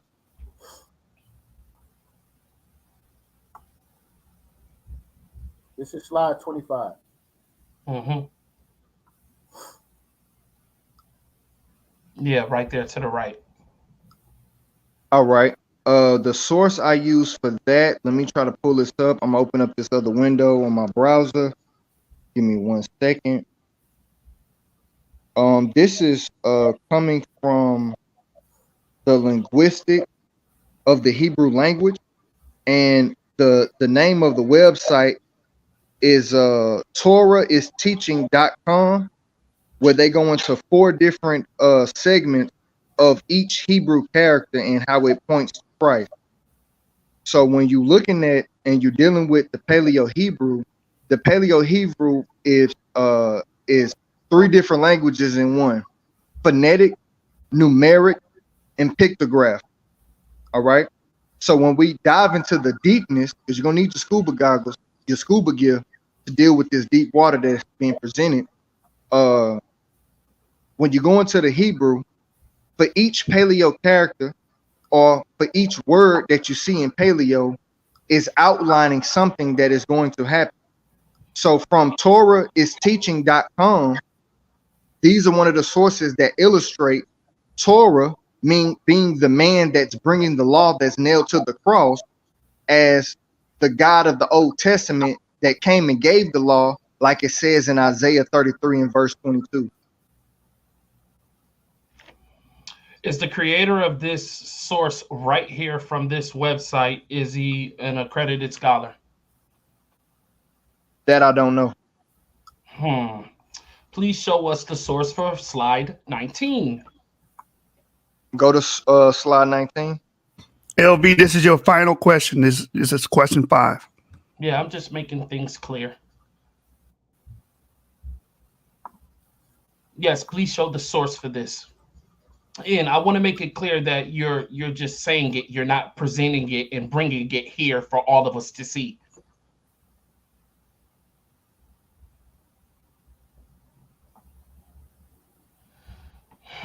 I'll wait. Timekeeper, you was a little late on that last one too. Let's get it together. Hey, can I be heard? Yes. Nah, I'm just spicy talking. Yeah, no, I'm spicy talking.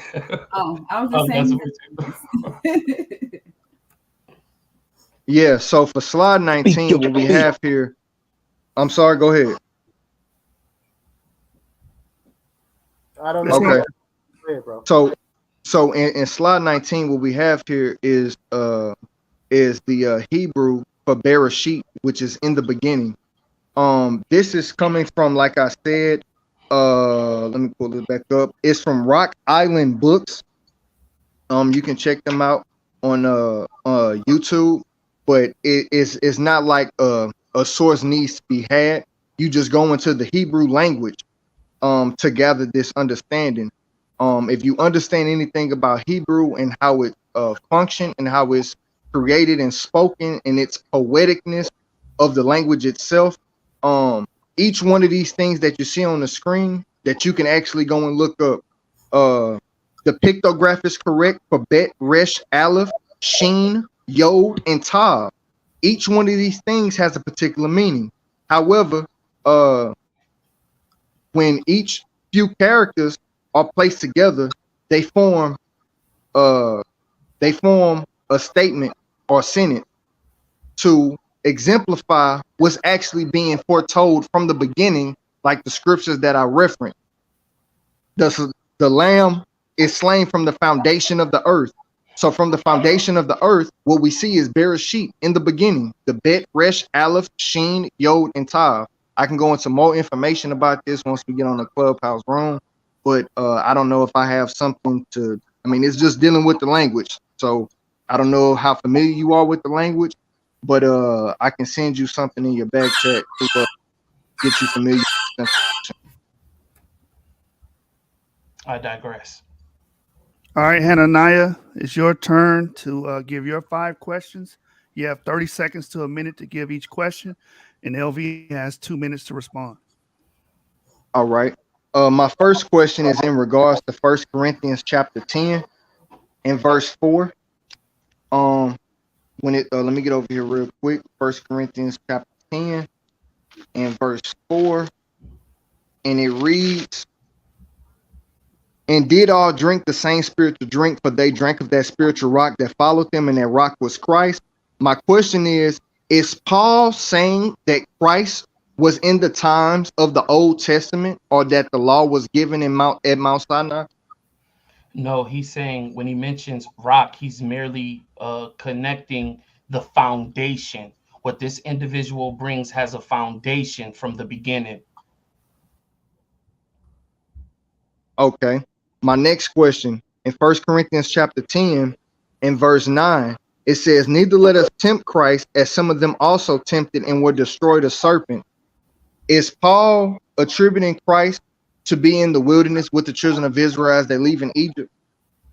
No, he's using a language and an analogy that they would understand from the writings of the Old Testament. All right. Question number 3. In Jude 1 and verse 5, I had pulled a source from Papyrus 72. Okay. I pulled a source from Papyrus 72, which is from the earliest writings of the New Testament. LV, question. In Jude 1 and 5, where it says, "I would therefore put you in remembrance, though you once knew this, how that the Lord," in Papyrus 72, where it says Lord, it says Jesus Christ. Is Jude placing Christ in the time period of the New Testament? No.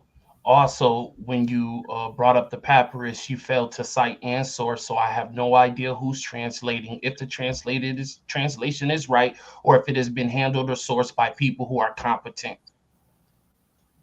I provided a source. For 4th question, let's go to Isaiah chapter 12 and verse 2. Isaiah chapter 12, Isaiah 9 and 6, where it says, "For unto us a child is born, unto us a son is given, and the government shall be upon his shoulder, and his name shall be called Wonderful, Counselor, the Mighty God, the Everlasting Father, the Prince of Peace." Who is this referring to? I don't know. It doesn't mention in this verse. I'm sorry. Can you repeat your answer? I don't know. It's not mentioned in this verse. I don't see a name. Okay. That's horrible. Okay. He doesn't know an answer. So let's go over here to Genesis 19 and verse 24. HananYah, is this your final question, your 5th and final question? All right. In Genesis 19 and 24, it reads, "Then the Lord rained upon Sodom and upon Gomorrah brimstone and fire from the Lord out of heaven." How many lords do you see mentioned here in this verse?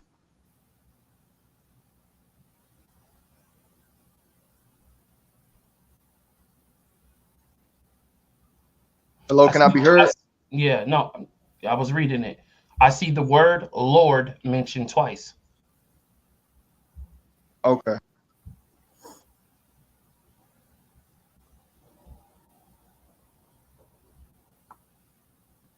All right. I guess that concludes our question and answer segment.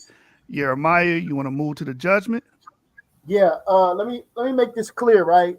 So this is the difference between taking the 10 minutes, right, to have a dialogue where you can fire off and frame the questions as much as you want versus the 5 isolated questions. So for those that are watching, the debaters that are watching, understand the difference between the two. All right. So that went well. Also, I want to say this real quick because I'm getting a lot of messages about the advertisement. I want everybody to know and understand that we have a tournament where we are paying these debaters for the winner $500. So for these advertisement spots, we're only charging $5, right? You can send it to the Cash App. The advertising spots are only $5 to support the league. Help us help you. All right, let us work together. All right, it's just $5 for any promotion that you want us to do. All right. So I just wanted to say that. Joshua, are you ready? Man, I've been ready, man. I've been ready. Let's get to it, brother. Ooh, hey, man, look. All right, so this is what I need. Judges.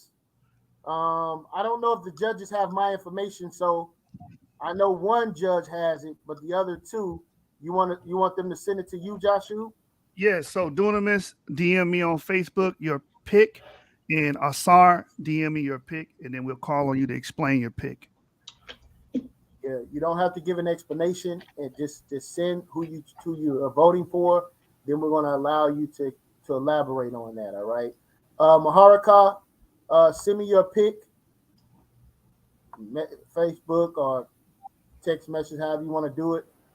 The reason we're doing that, for those that are listening, we're doing it that way so that a judge doesn't affect the next judge. So the judge sitting there listening to one judge say, well, you know what? That is a good point. Let me change my vote. Nah, that ain't going down here at the source. All right. You're going to make an isolated choice based upon you and you alone. Okay. And no one else commentary, okay, is going to change your decision. All right. Hey, Dunamis, you can email me too if you can't do it through Facebook. Oh, okay. I see you. All right.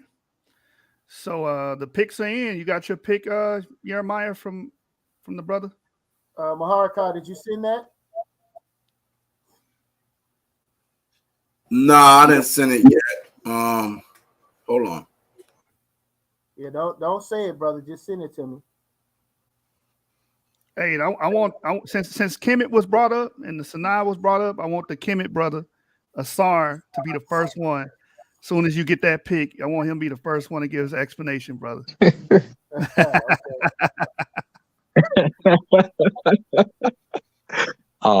Very good debate, both gentlemen. Hold on 1 second, bro. I'm still waiting on Maharaka. What in the Sam hell? Okay, I got it. All right, so it's about to go down. If you brothers want to open up your screen, we'll put you on screen so you can be seen. Talk to us, man. Asar, who you got and why? Man, it was a good debate from both gentlemen. I lean toward Europa LV in this one. First round, Europa broke it down as clear as possible. The first round for HananYah, he had to explain his information, which is understandable because he's evangelizing Christ into the Old Testament. Second round, I gave to HananYah because he came with the fire, even though I knew his sources weren't as sound. Where our brother LV kind of explained what he was doing as opposed to showing a bunch of sources. He showed one in particular and harped on it. Third round, LV started to step away from you because he pulled out the primary resources. Me and Smash Rockwell just did a presentation on Heru being at the top of Sinai and how you can still see the old temple over there. Then he asked you to show how Yahweh and Yeshua are one as a God. And then we also know Abram knew this particular God is a different name as well. And he makes distinctions between the Old and the New Testament as to his name and when he changes his name. Also the Egyptian frame, me and Anonymous Hebrew had a debate a long time ago where I showed it, or actually it was another brother, the other brother. I showed where Egypt starts and where it ends. So I'm familiar with those sources as well. So in this particular case, I gave it to Europa LV because he has primaries. He refuted exactly what you mentioned concerning, and when he asked you to pull up the primary resources for the grammatica that you were using, you had one, you didn't have the other. The other is just a website, and we don't know who made that website. And the other things I mentioned. Good debate, gentlemen. All right, man.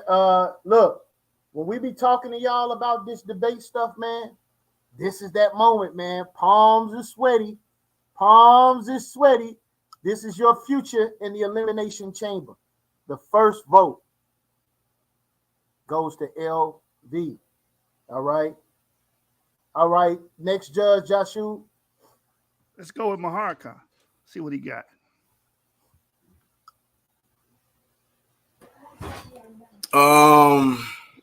Yeah, it was an interesting debate. The topic, did Christ give the law at Sinai? That's the topic. And to be honest, I'm trying to figure out, because I want to hear that part where brother pulled out the audio about the brother saying it's not an angel, because I missed that. But I mean, the brother basically proved that YASHAR-YA'OH is an angel on levels as well, a messenger. He came to deliver a message. But I lean towards the brother LV. I feel that his presence was there, strong. The point of showing without a shadow of a doubt that the Messiah, Hamashiach Yahushua, gave the law on Mount Sinai. I didn't really see that. You know what I'm saying? Brother pull out scripts I'm familiar with, but I think, it shouldn't take too much to prove certain points in my perspective. You know what I'm saying? The brother definitely got his information on the Hebrew. I definitely see the brother is nasty with the Hebrew and things of that nature. But I just couldn't get with. I think the brother won to me round two. HananYah. LV came out the gate. He did his thing in that round one, and yeah, I just give it to LV, man. I ain't got to say too much, but good job. All right. Hey, Maharaka. Yeah. Man, get some oil on that door, man. That is ridiculous, man. What the hell's going on over there, brother? Hey, I don't mean to disrupt or interrupt, but Henry, you're not welcome nowhere around me, buddy. So you can dismiss this guy. Let's talk about that after the show, brother Yashar. I had no idea about that. But he don't need to be on. He don't need to be up here at all. All right. Is he one of the judges, Joshua? Yeah, he was one of the judges, but we had a SAR replace him because I couldn't get in contact with him. All right, no problem. We'll get him up out of here then.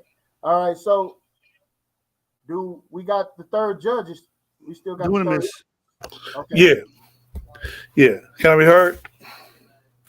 Yeah. I went with LV.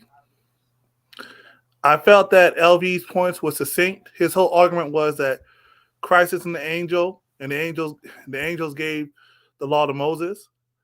So that was his whole argument. I felt that HananYah was building, and he laid down bricks and frameworks for something, but he didn't really get to the conclusive what is the point. So I felt like he was building when he picked up steam towards the end, but I think like LV had a more distinct point that HananYah never really addressed about the angel thing. He was trying to say that Christ is God and God gave the law, but it never really got towards that end goal. Then to like, and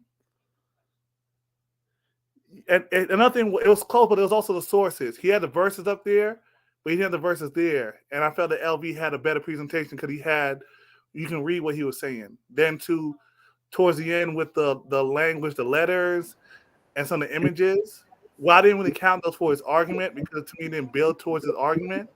It would have been better if he had sources there where he's getting it from. Or somebody secondary to back him up on what he's saying. Right. I agree with that, brother. I agree with that as well. Mm-hmm. Jeremiah, what's the name of the tournament again? Jeremiah, what's the name of the tournament?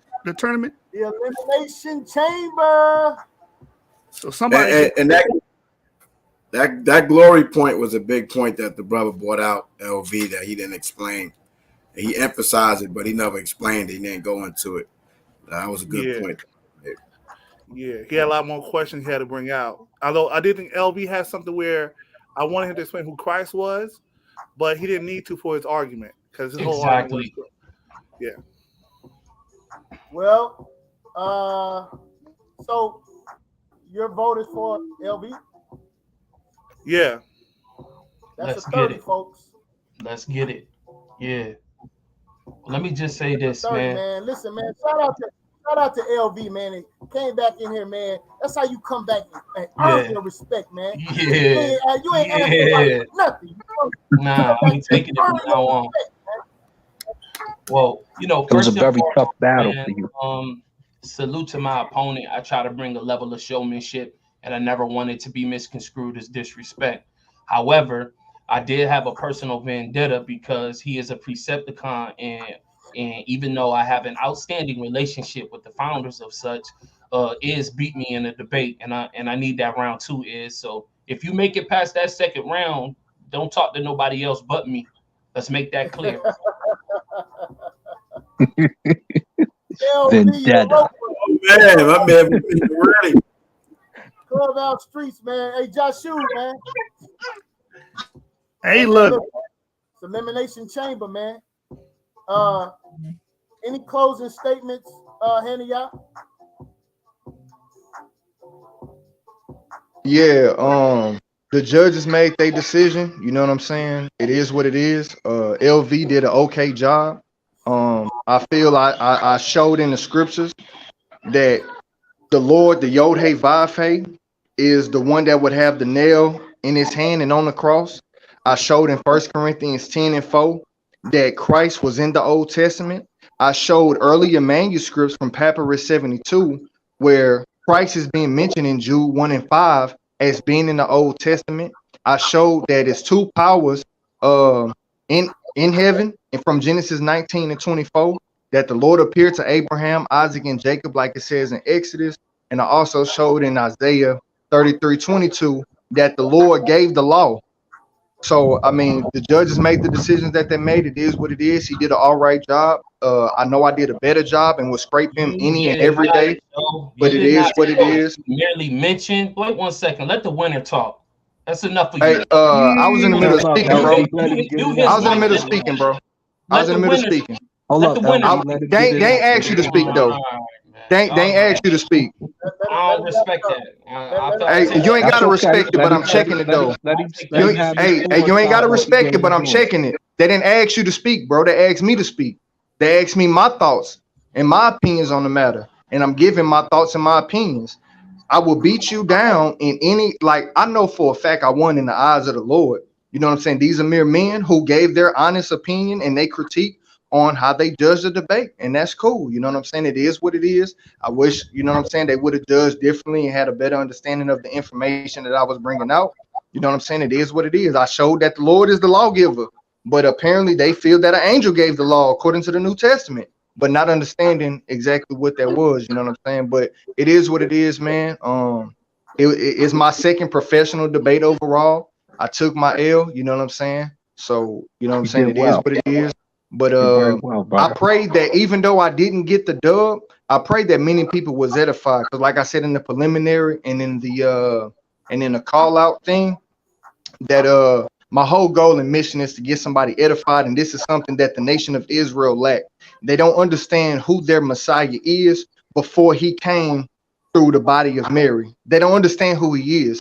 So my mission and job was to simply show that even in the language, by the Yod He Vav He, meaning behold hand, behold nail, that the one that beheld the nail in his hand is the one that created the heavens and the earth, like it says in Colossians 1, like I read, and like it says in Hebrews 1. It's round 6. All right, Nah, bro. The brother asked for my closing statements, fam. The brother asked for my closing statement, so I gave my closing statement. Appreciate y'all. Guys, Absolutely. Excellent work, brother. Excellent work. Keep doing it too, because it doesn't always go your way, but it doesn't mean that, stop debate, because you was definitely powerful. It's just, it's just a few things, it's a couple things, and you'll see them in the future, or you'll stand on them, and as you stand on them. Go ahead, Joshua. All I'm gonna say is, don't attack the judges' integrity or their understanding, brother. The judges made their pick, has nothing to do with their understanding. They're basing it off the presentations given by both debaters, man. You understand? Both debaters, you did your presentation, and the judges judged on what y'all presented. That's it. No extras. All right. Hey, Sister Shaya, you had a statement? Oh, Shalom. I just wanted to, commend the brothers for their honorable displays in this debate. I mean, I've witnessed I've witnessed quite a few debates, but this debate I can honestly say, because it was done decently and in order, and brothers were able to, be respectable, bring their sources and their knowledge. I was actually able to take notes and follow along. I might have felt a little more pressure because I was keeping time, but honestly, I was able to, everything was understandable. And I think both of the brothers really displayed some honor, some dignity here. And there was definitely some edification that came out of this debate. So the water and all praises to the Most High, and thank you for letting me be a part of it. Absolutely. All praise and glory. All praise and glory. Well, look, folks, for those that are watching on YouTube, man, we're about to go over to the Precepticon room on Clubhouse, man. Rocking and rolling over there. All right, bunch of comments, a bunch of questions. I'm sure a lot of people going to have a lot of questions and comments concerning this debate, man. But this is what it's about at the end of the day, man. The Elimination Chamber. One loss and you out of the tournament, man. That's it. No chances, man. All right, that's what it's about. That's the kind of pressure that's on the line, man. All right, so congratulations to LV and HananYah, man. Keep pushing, bro. You understand? Because at the end of the day, these are all building blocks to make you better and stronger and more efficient with your deliberation of information. Right? Go back, watch this, see what you need to sharpen up, and that's it, man. Move forward, man. Yeah, because I believe HananYah all through the Old Testament. Yeah, same here. Exactly. You know what I'm saying? It's just the way that just trying to mute the mic. You know what I'm saying? So I just want to make sure it's clear. I believe HananYah is all through the Old Testament, like the brother, and he said he didn't see Isaiah 9, right? You know what I'm saying? Certain things. I see him all through the scripts. I see him in the wilderness. You see what I'm saying? It's just the presentation. You know what I mean? I mean, I could be night. I debate the streets. This is a different format, but you could bring out the information, but another man can bring it to a way, and you ain't bring it a certain way that it may make the other person presentation more sharper. That's all it is. Because I believe HananYah is all the way from Genesis to Revelations. You know what I'm saying? And even in the wilderness and coming down in Numbers 12, whatever. You know what I'm saying? So I just want that to be said, Prince. Yeah, man. I appreciate it, man. Hey, Joshua, man, what's up next, man? Make an announcement for the people. What's up next? We got a debate tomorrow night, excuse me, between Chakma and what's his name? Professor Mac at 8 p.m. Central Standard Time. So you guys check that debate out. We're going to have another slugfest tomorrow. We're going to see who come out of that alive. You understand? So be on the lookout. I think Dunamis has something to say, Jeremiah. Hold on real quick. Dunamis has something to say before we get out of here. Dunamis, are you there? I guess we lost the brother. Oh, sorry. Well, I'll say this before y'all go. Yeah, I'm here. Sar, good to see you, brother. Good Shalom to see to you, you. family. I'm gonna come to Chicago and visit y'all shortly too. I'm in LA, bro. But listen, great debate. I definitely was edified. I definitely needed to hear some of that information you brought out from on both ends, LV and HananYah. So, hey, HananYah, bro, get with us so that we can talk about the presentation, bro. So the next time you get in the debate, everything is clear. You know what I'm saying? Like everything is clear, and you ain't got to be tripping about reading other type of comments and shit like that. So great debate. All right, Dunamis, was you saying something, bro? Yeah, I was just saying like the brother Muhammad was saying. Yeah, I believe the same thing. That I believe that the truth that he presented is just the debate, the argument that's being presented. Who presented a better argument from the information they had and the definitions, and the information definition presented by the brother LV was just succinct. So, but that I don't agree to what he's saying to it, but he just had a better presentation. That's all. That's right, man. We appreciate you, judges, man. I know that's tough. We appreciate y'all sincerely, man. And for all the judges moving forward, man, if y'all know any other good judges, man, we need more Christians. We need more, you know, what we call non-believers, right? We need more, y'all, because we over flooded with a bunch of Hebrews. Understand that, man. Right. All right. So with that being said, man, the Elimination Chamber, man, Source Gang. Gang. We out. YASHAR-YA'OH got his back. Little mother gonna try to rob me. Well, I'm gonna show you how we do it up here in Vegas. No, I wasn't trying to rob. Shut up! Why I bust a cap up in you?